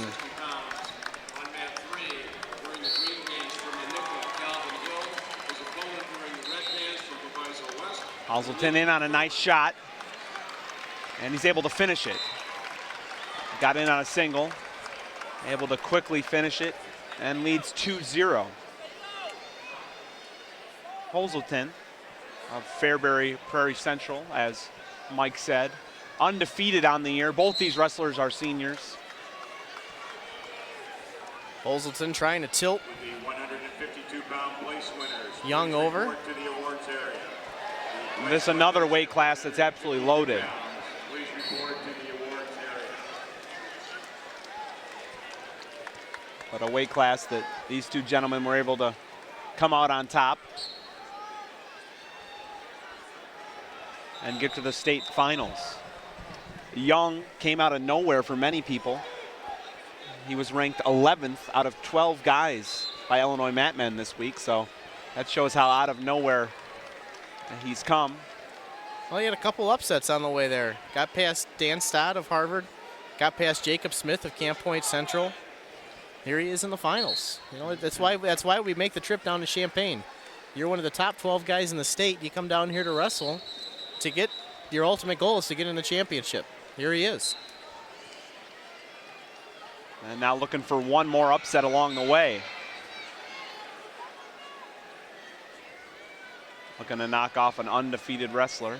He trails 2-0, does Young of Piatone. Looking to find a way to get away from Hazelton. He's pretty close to getting a reversal. And he doesn't quite have it yet. Oh, and the ref's going to call potentially dangerous. They'll give the point for neutral. And it's a 2-1 match with 14 seconds to go in the first period.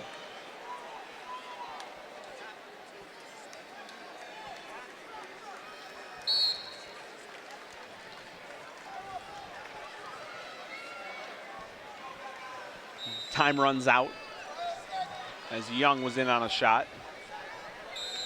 2-1 after one period in favor of Hazelton. Hazelton, like we mentioned, a undefeated senior. Took first at the Porter tournament, Cumberland tournament, Prairie Central tournament, and the Caneland tournament.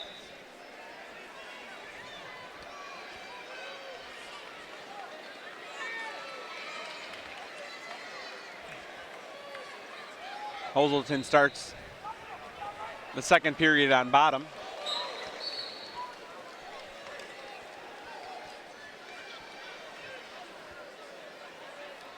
It's 2-1 in favor of Hazelton.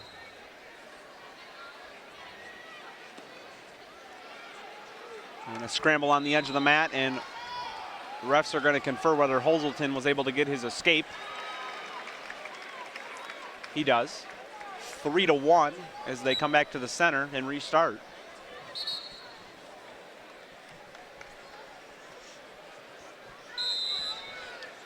£160, like we've already really talked about, one of probably the toughest weight classes in the state this year.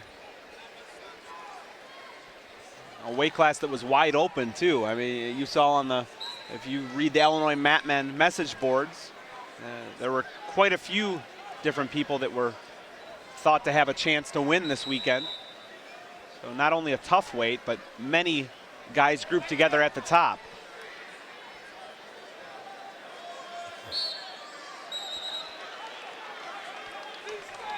Andy Hazelton of Fairbury Prairie Central leads 3-1 with a minute to go in the second period.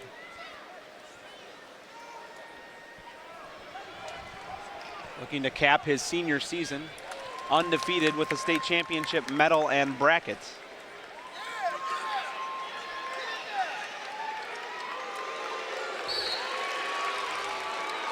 And he's awfully close to getting another takedown as Hazelton. He's got Young on the center of the mat, and there's the takedown. 5-1 now, Andy Hazelton in the lead.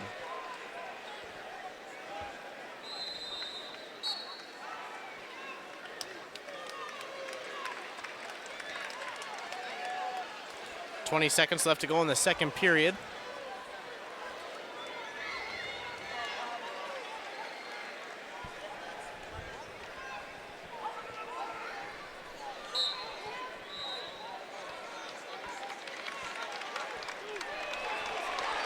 They go out of bounds, 8 seconds left in the second.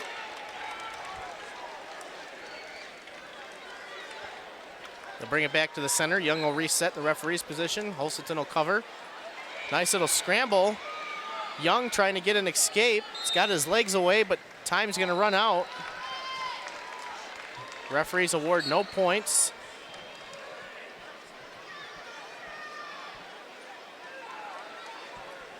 So it's still 5-1 as we head into the last period of this championship match at 160 pounds. Young was going to choose down, but Holselton gives him the optional escape. So it's 5-2 now.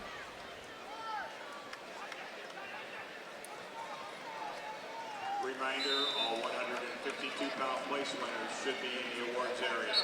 Young gets in on a good shot there, but he's not able to continue his momentum and do anything with it, and the referee calls a stalemate. So with 1:37 left in the match,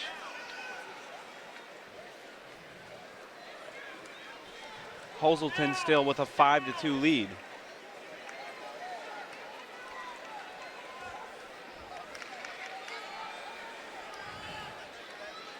Young in again on a shot. Holselton able to fight it off, get in on a front headlock.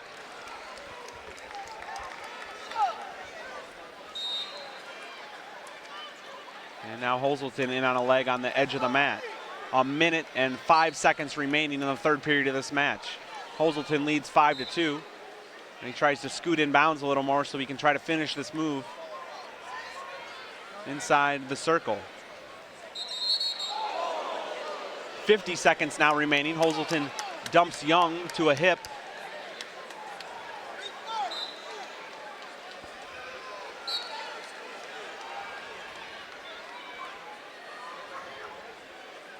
Still no points are scored.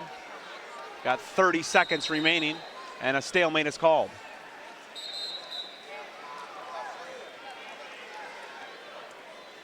Wrestlers are still neutral. Looks like Holselton's got a contact that he's going to try to put back in his eye. Wearing contacts myself, I can tell you how much that's got to hurt. Yeah. But he's able to do it quickly. Credit to him. And we're about ready to get back to wrestling. My eyes hurt now. I know. I'm glad I'm wearing glasses at this moment. Young in again on a shot with 25 seconds left to go. Holselton able to counter it once again. We're under 20. Holselton looking to close in on his first state championship with 17 seconds to go. The ref blows the whistle as they go out of bounds. Young looking to get a takedown. And he tries to turn Holselton, and he almost does.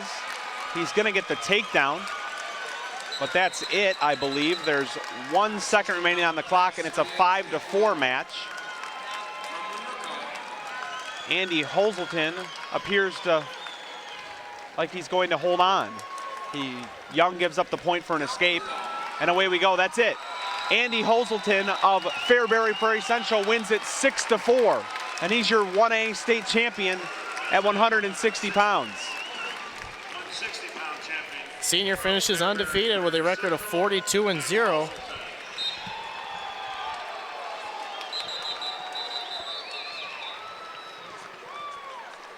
So congratulations to him. And we'll have the 171-pound state championship coming up in just a moment.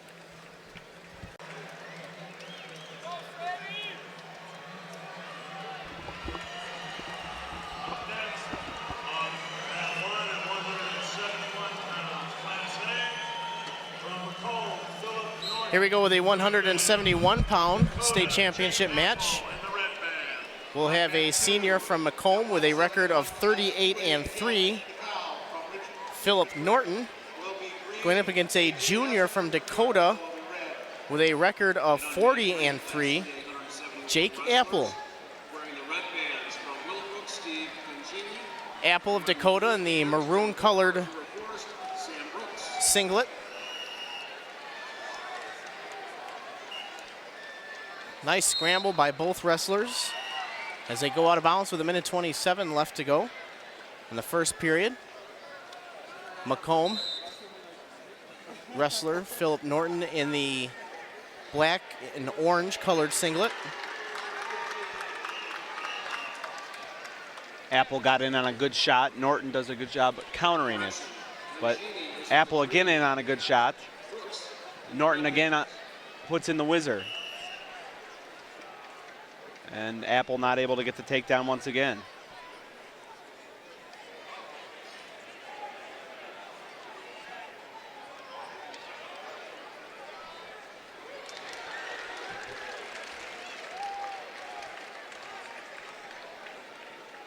We go under a minute in the first period as the wrestlers go out of bounds.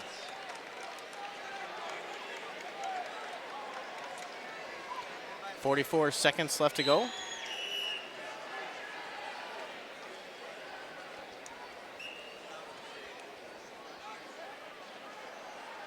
Both men locked up, hand fighting in the center of the mat. No score as of yet, 30 seconds now.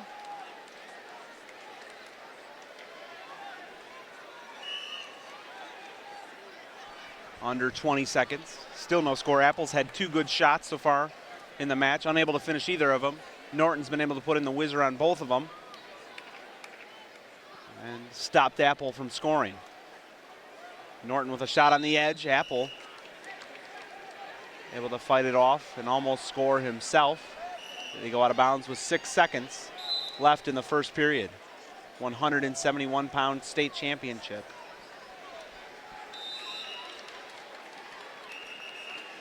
First period comes to an end.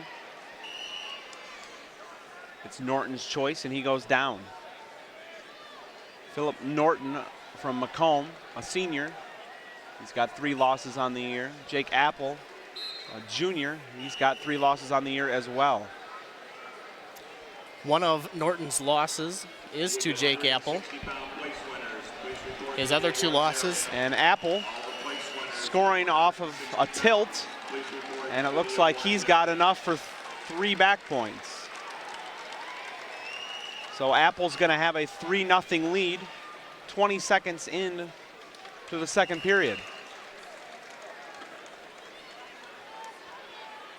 The ref awards it. And Apple back to work to try to score some more, as he's still got Norton's arm tied up, but they go out of bounds. 1:22 remaining in the second period. Apple up 3-0 on Norton. All individual weight class champions are to stay in uniform and report following the 285-pound weight class presentations for a group photo. Norton tries to come to his feet. Apple holds on to the ankle. Norton able to reverse him. So 3-2 now in favor of Apple, but Norton able to get back in the match.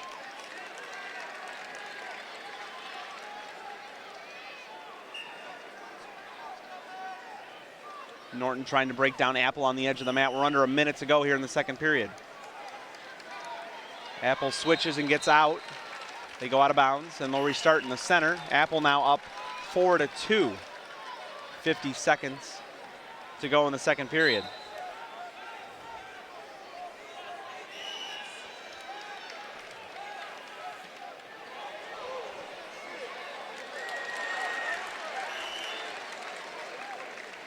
Wrestlers locked up at the center of the circle. 30 seconds remaining in the second period. Both wrestlers fighting for wrist control. Apple with both his arms on Norton's right arm, trying to work something on that side. Apple tries to shuck by, a warning of stalling on Norton. They go out of bounds. Apple with a good double leg, not able to finish it on the mat. There's not a whole lot of padding over there. If you go off the mat too far, you're on the basketball court. It doesn't feel so good. Probably not. We're back to wrestling. Under 10 seconds now to go. And they go out of bounds on the other side of the mat.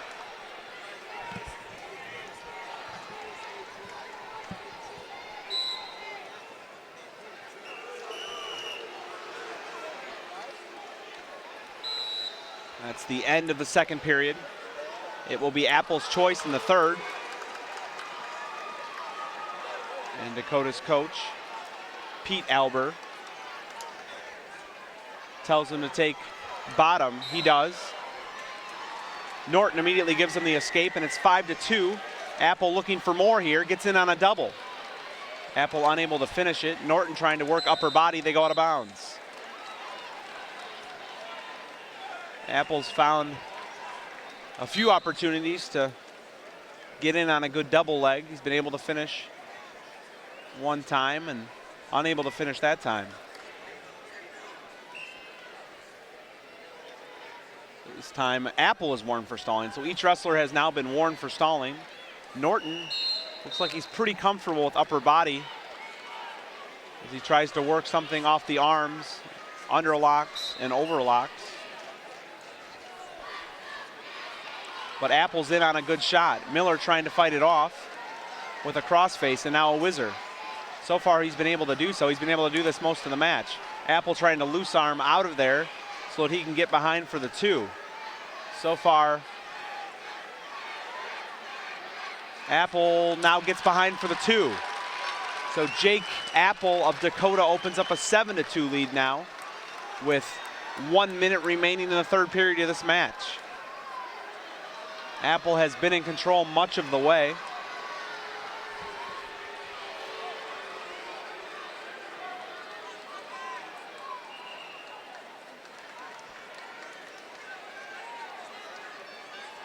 Under 45 as he's got Miller's wrist under control.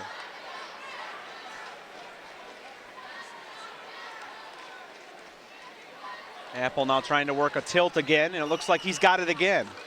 No back points, I don't believe, there. Wow. He got the 1 count. You need a 2 count to score any points. Stalemate is called, and with 16 seconds left, we'll start fresh in the middle. Jake Apple looks to be on his way to winning his first state championship.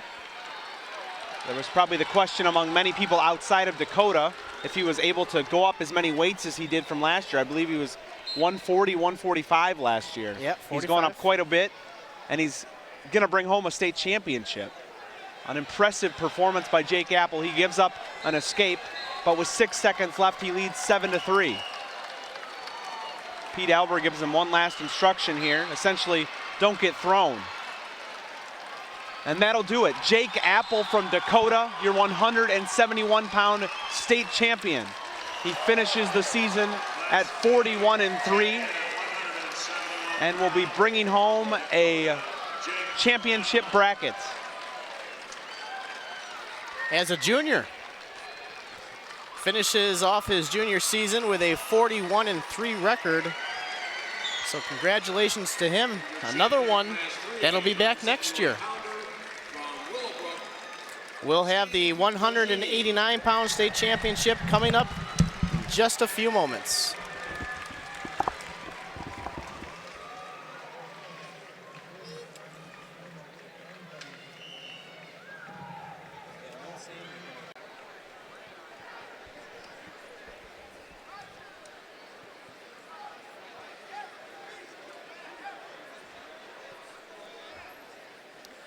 Griffin only 1 loss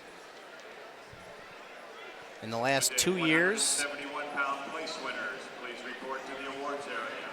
The place winners at 171 pounds, please report to the awards area.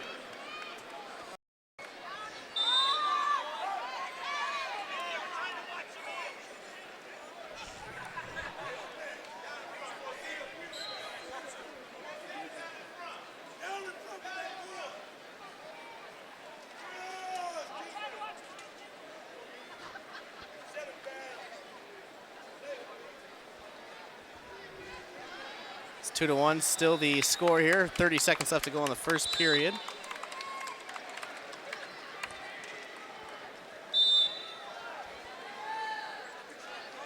Griffin with a great double leg on the edge of the mat, able to take down Juan for a 4-1 lead.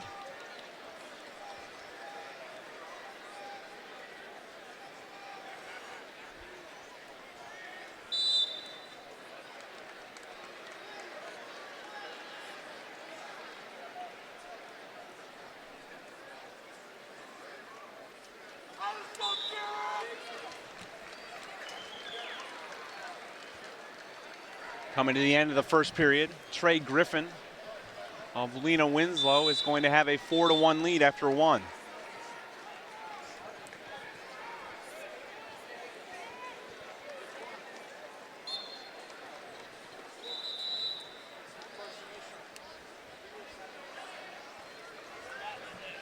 You know, earlier yesterday, Thad, we were talking about a lot of these wrestlers and what they did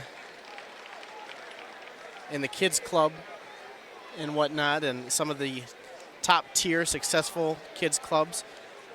You're never going to believe this, but Trey Griffin from Lena Winslow, which is over in the western part of the state, is actually originally a Crystal Lake Wizard. I was unaware of that. Some more trivia that I get for you. I just pull out of nowhere. That is for sure. Juan gets an escape, put Griffin back in on a nice single. Can he stay in bounds? He can. Right on the edge of the mat, 6-2. Nice elevation on that single leg, picked it right up. Juan couldn't stand there on one leg with his other leg so high up in the air and just kind of had to turn into it, and Griffin gets the takedown. It's exactly what you want to do, to continue to move when you shoot in. If you're able to finish that as quickly as you can, and Griffin's done that all 3 times he's gotten takedowns in this match.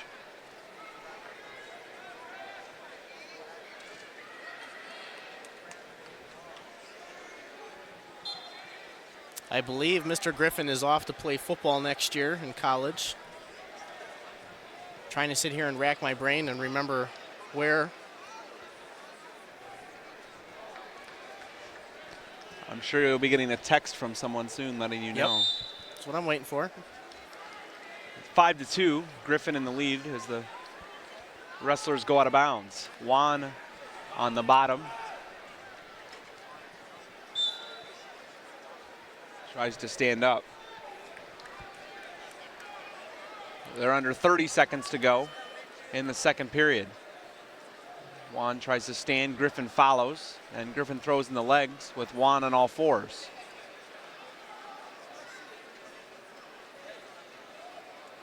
Ten seconds left now, and the referees call stalemate.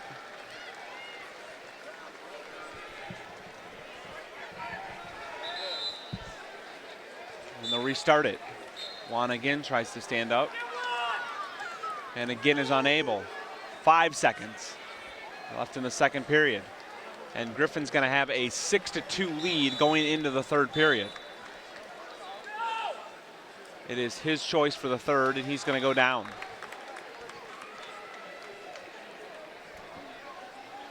6-2 is the score here, starting the third period for the defending champion, Trey Griffin of Lena Winslow. Very quickly gets out and gets the escape. So 7-2 is the score now.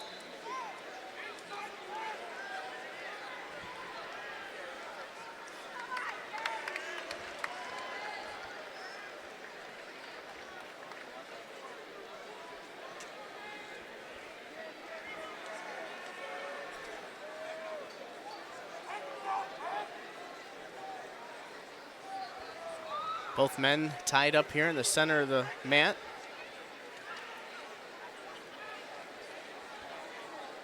Griffin with a nice single leg. We'll see if he can finish it. He tries to switch up to a double, unable to do so. And Juan does a good job fighting it off. And Juan's able to go around for 2. Looked like Griffin tried to get in on a shot. Juan tied up his arms and has cut it to a 7-4 match with 1 minute to go.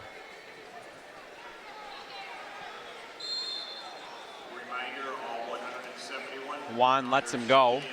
8-4 now with 50 seconds remaining in the third period of the 189-pound championship match.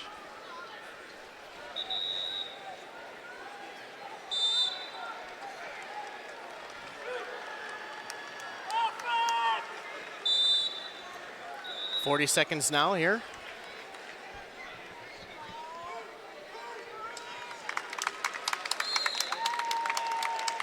Another takedown by Seth Juan brings the score a little bit closer, 8-6 with 20 seconds now.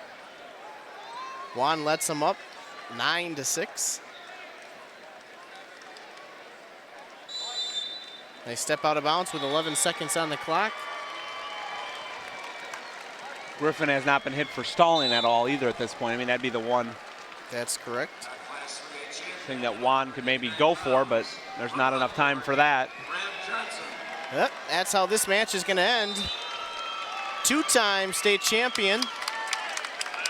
Your 189-pound champion this year with a record of 38-1 from Lena Winslow, Trey Griffin, the senior.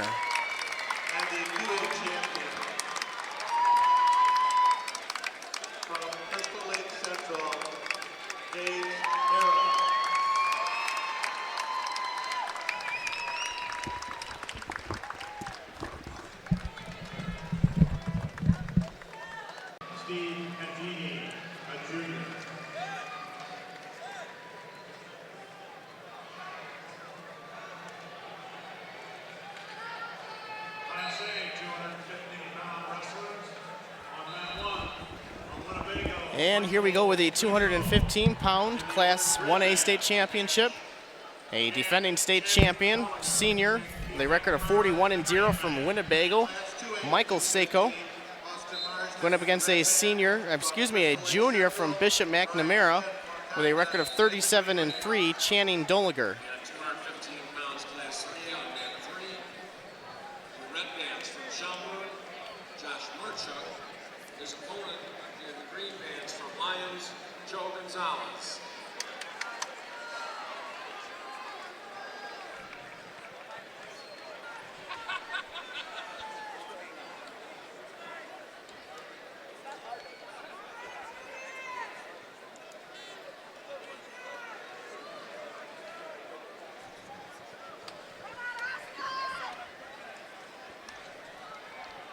So 1 minute into this first period. Scoreless. And as I say that, Seiko reaches down and grabs Doliger's leg, lifts it up. And at the edge of the mat, Doliger does a nice job getting away from it.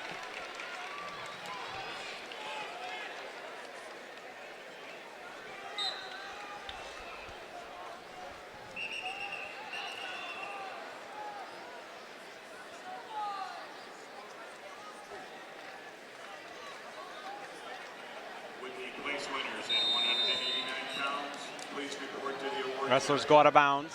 Seika and Dollinger. Dollinger looks to have quite a height advantage over Seika in this match.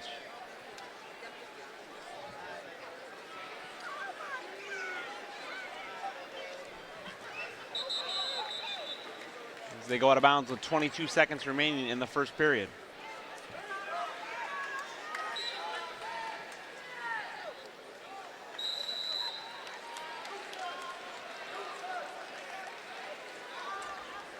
Both men just kind of tying up here. Seika trying to work something off Dollinger's head, unable to do so.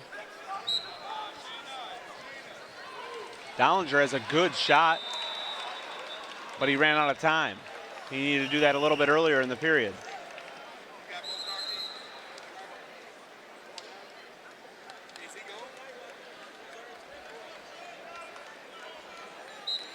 We mentioned Seiko, undefeated this season.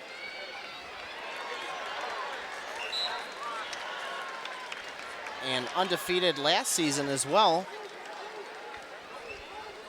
Dollinger able to push him out of bounds and stay in control on top.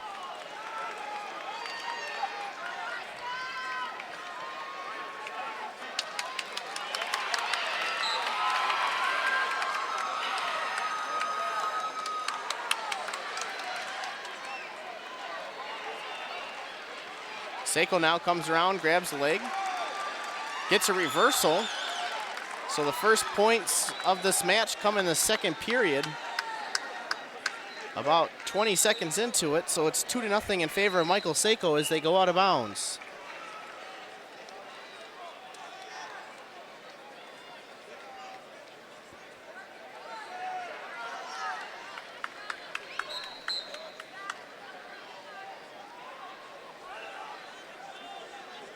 Seika able to break Dollinger down flat in the center of the mat.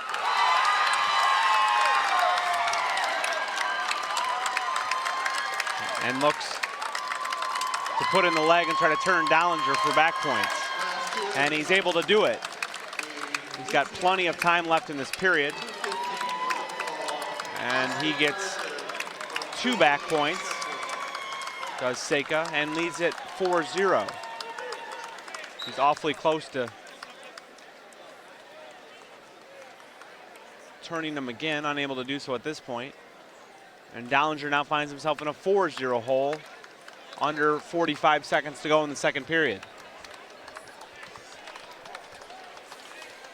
We mentioned Seiko, undefeated, is ranked first as a senior. Dollinger ranked third.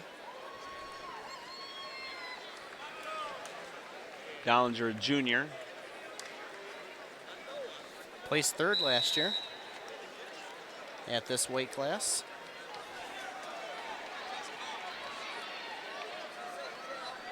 And Dollinger finds himself on his back again. Seika trying to keep him on the mat. Looks like he's going to get 2 more back points as Dollinger finds his way off his back and at the end of the second period. So Michael Seika leads 6-0 as we head into the third period.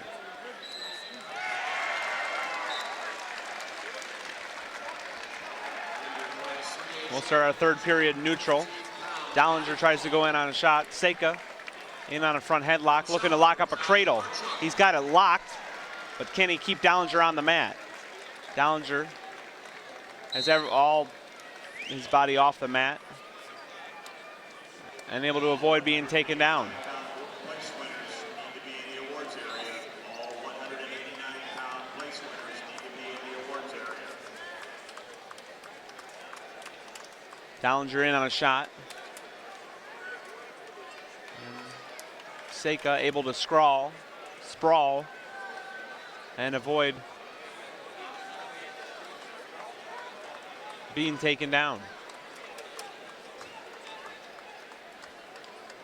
And Seika himself ends up with a takedown and now leads 8-0.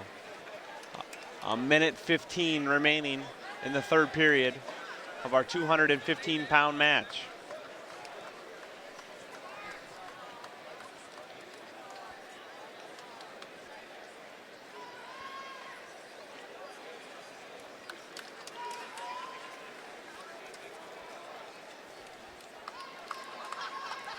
.45 seconds now remaining. Seika has Dollinger broken down flat.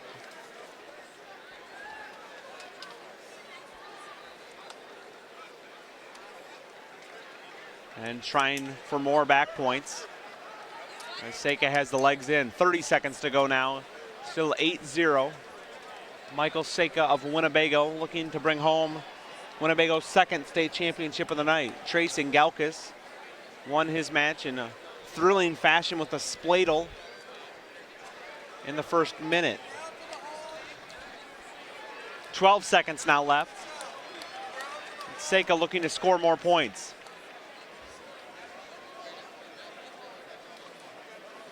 He's getting some back points there as time expires. He'll get at least 2.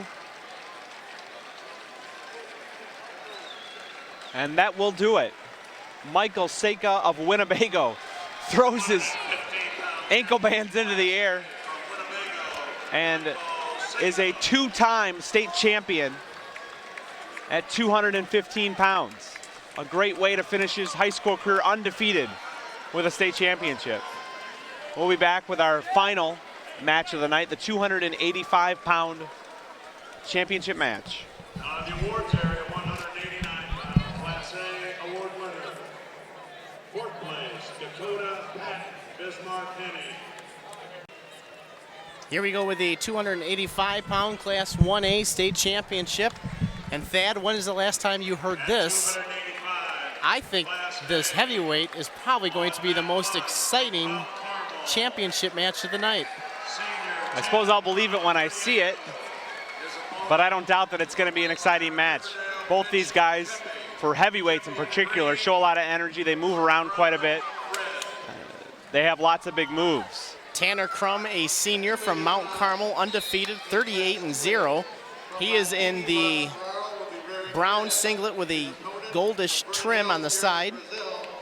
Going up against a junior from Port Byron Riverdale, last year's runner-up at this weight class, with a record of 38-1, Mitch Kepi, who's in the black singlet with a yellow stripe across the chest.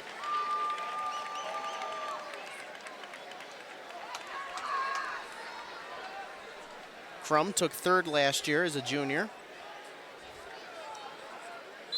Like I said, Kepi took second as a sophomore.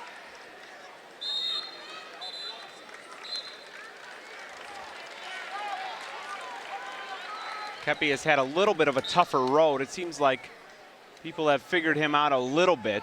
He is great at a couple different moves. Great at a headlock and working upper body stuff. And guys have figured out somewhat how to stay out of that. Obviously, some of the wrestlers are still not quite up to the skill that he's up to, so he's able to do it to them. But the best of the best, he hasn't been able to pin this year. It's made for a little bit of a tougher road for him. He's got a 38-1 record. His only one loss of the season was the regional finals against Cal Breedlove of Kewanee.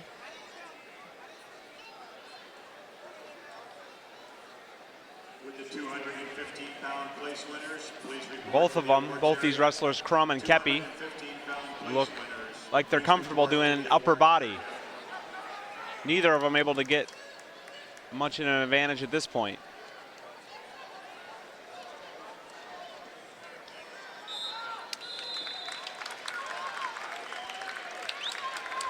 They go out of bounds with 2 seconds on the clock.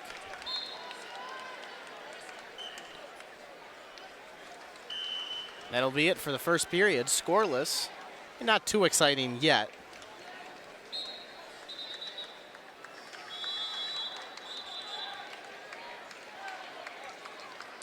Kepi will take bottom to start the second period.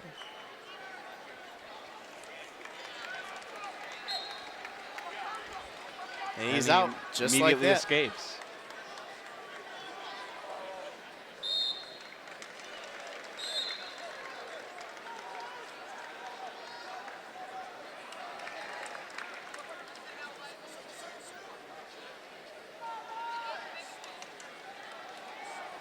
Kepi with overlock,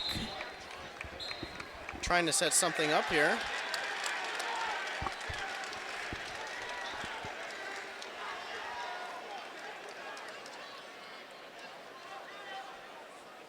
Crum tries to throw. Kepi comes out on top, but Crum takes him back over. Has a headlock, actually an arm lock. Takes Kepi over. Kepi rolls around to his stomach, but not before 3 points are awarded. Your eyes are a little big, Thad. I told you this was going to be exciting. That was a great move there. It looked like Kepi was going to come out on top. It's a move he comes out on top of, I would imagine, a lot. But Crum able to use good balance and put Kepi on his back.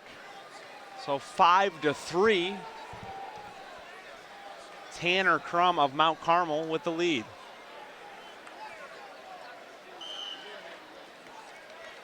Because Kepi got the original takedown in that scramble, he's right in this match. If he can get an escape here, he'll be within a point.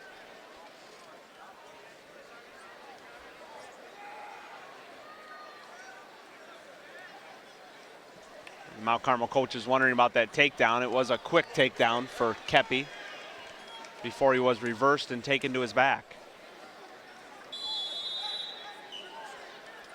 Kepi quickly to his feet and brought back down to the mat by Crum with 26 seconds left to go in the second period. 5-3 is your score here in favor of the senior from Mount Carmel.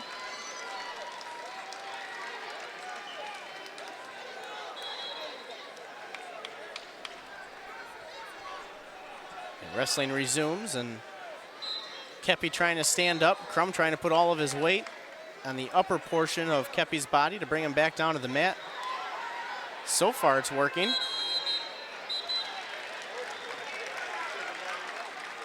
as they go by the edge of the mat. That's how the second period will come to an end. Be Crum's choice. He'll choose down.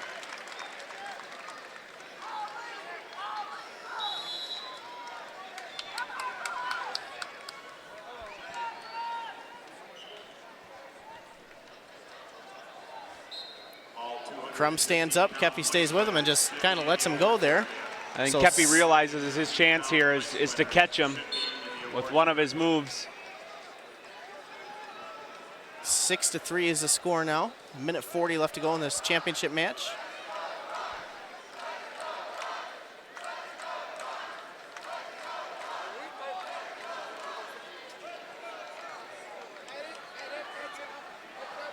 Kepi's going to have to find his best throw here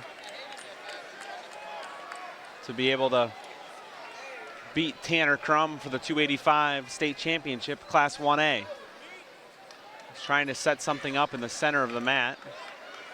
He looks frustrated because he hasn't been able to do anything, and Crum in a position to know that it's coming. Both wrestlers just kind of stand there for a minute and regroup. Kepi's trying to figure out what to try to do to score some points. Well, if you're a fan of Kepi, you know what he's looking for. You know what he wants to try to do. And he's got 45 seconds to try it. Crum hanging on to a 6-3 lead right now. Crum seemed to know what's coming. Kepi wants the underhook and then trying to work something with the other arm, and he just hasn't been able to do anything. Crum's been able to have wrist control on that other hand, and it hasn't allowed Kepi to do anything. We're under 30 seconds now.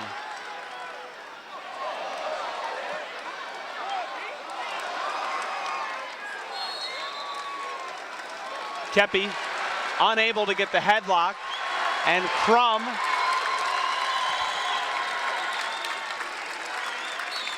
is going to win. Hang on.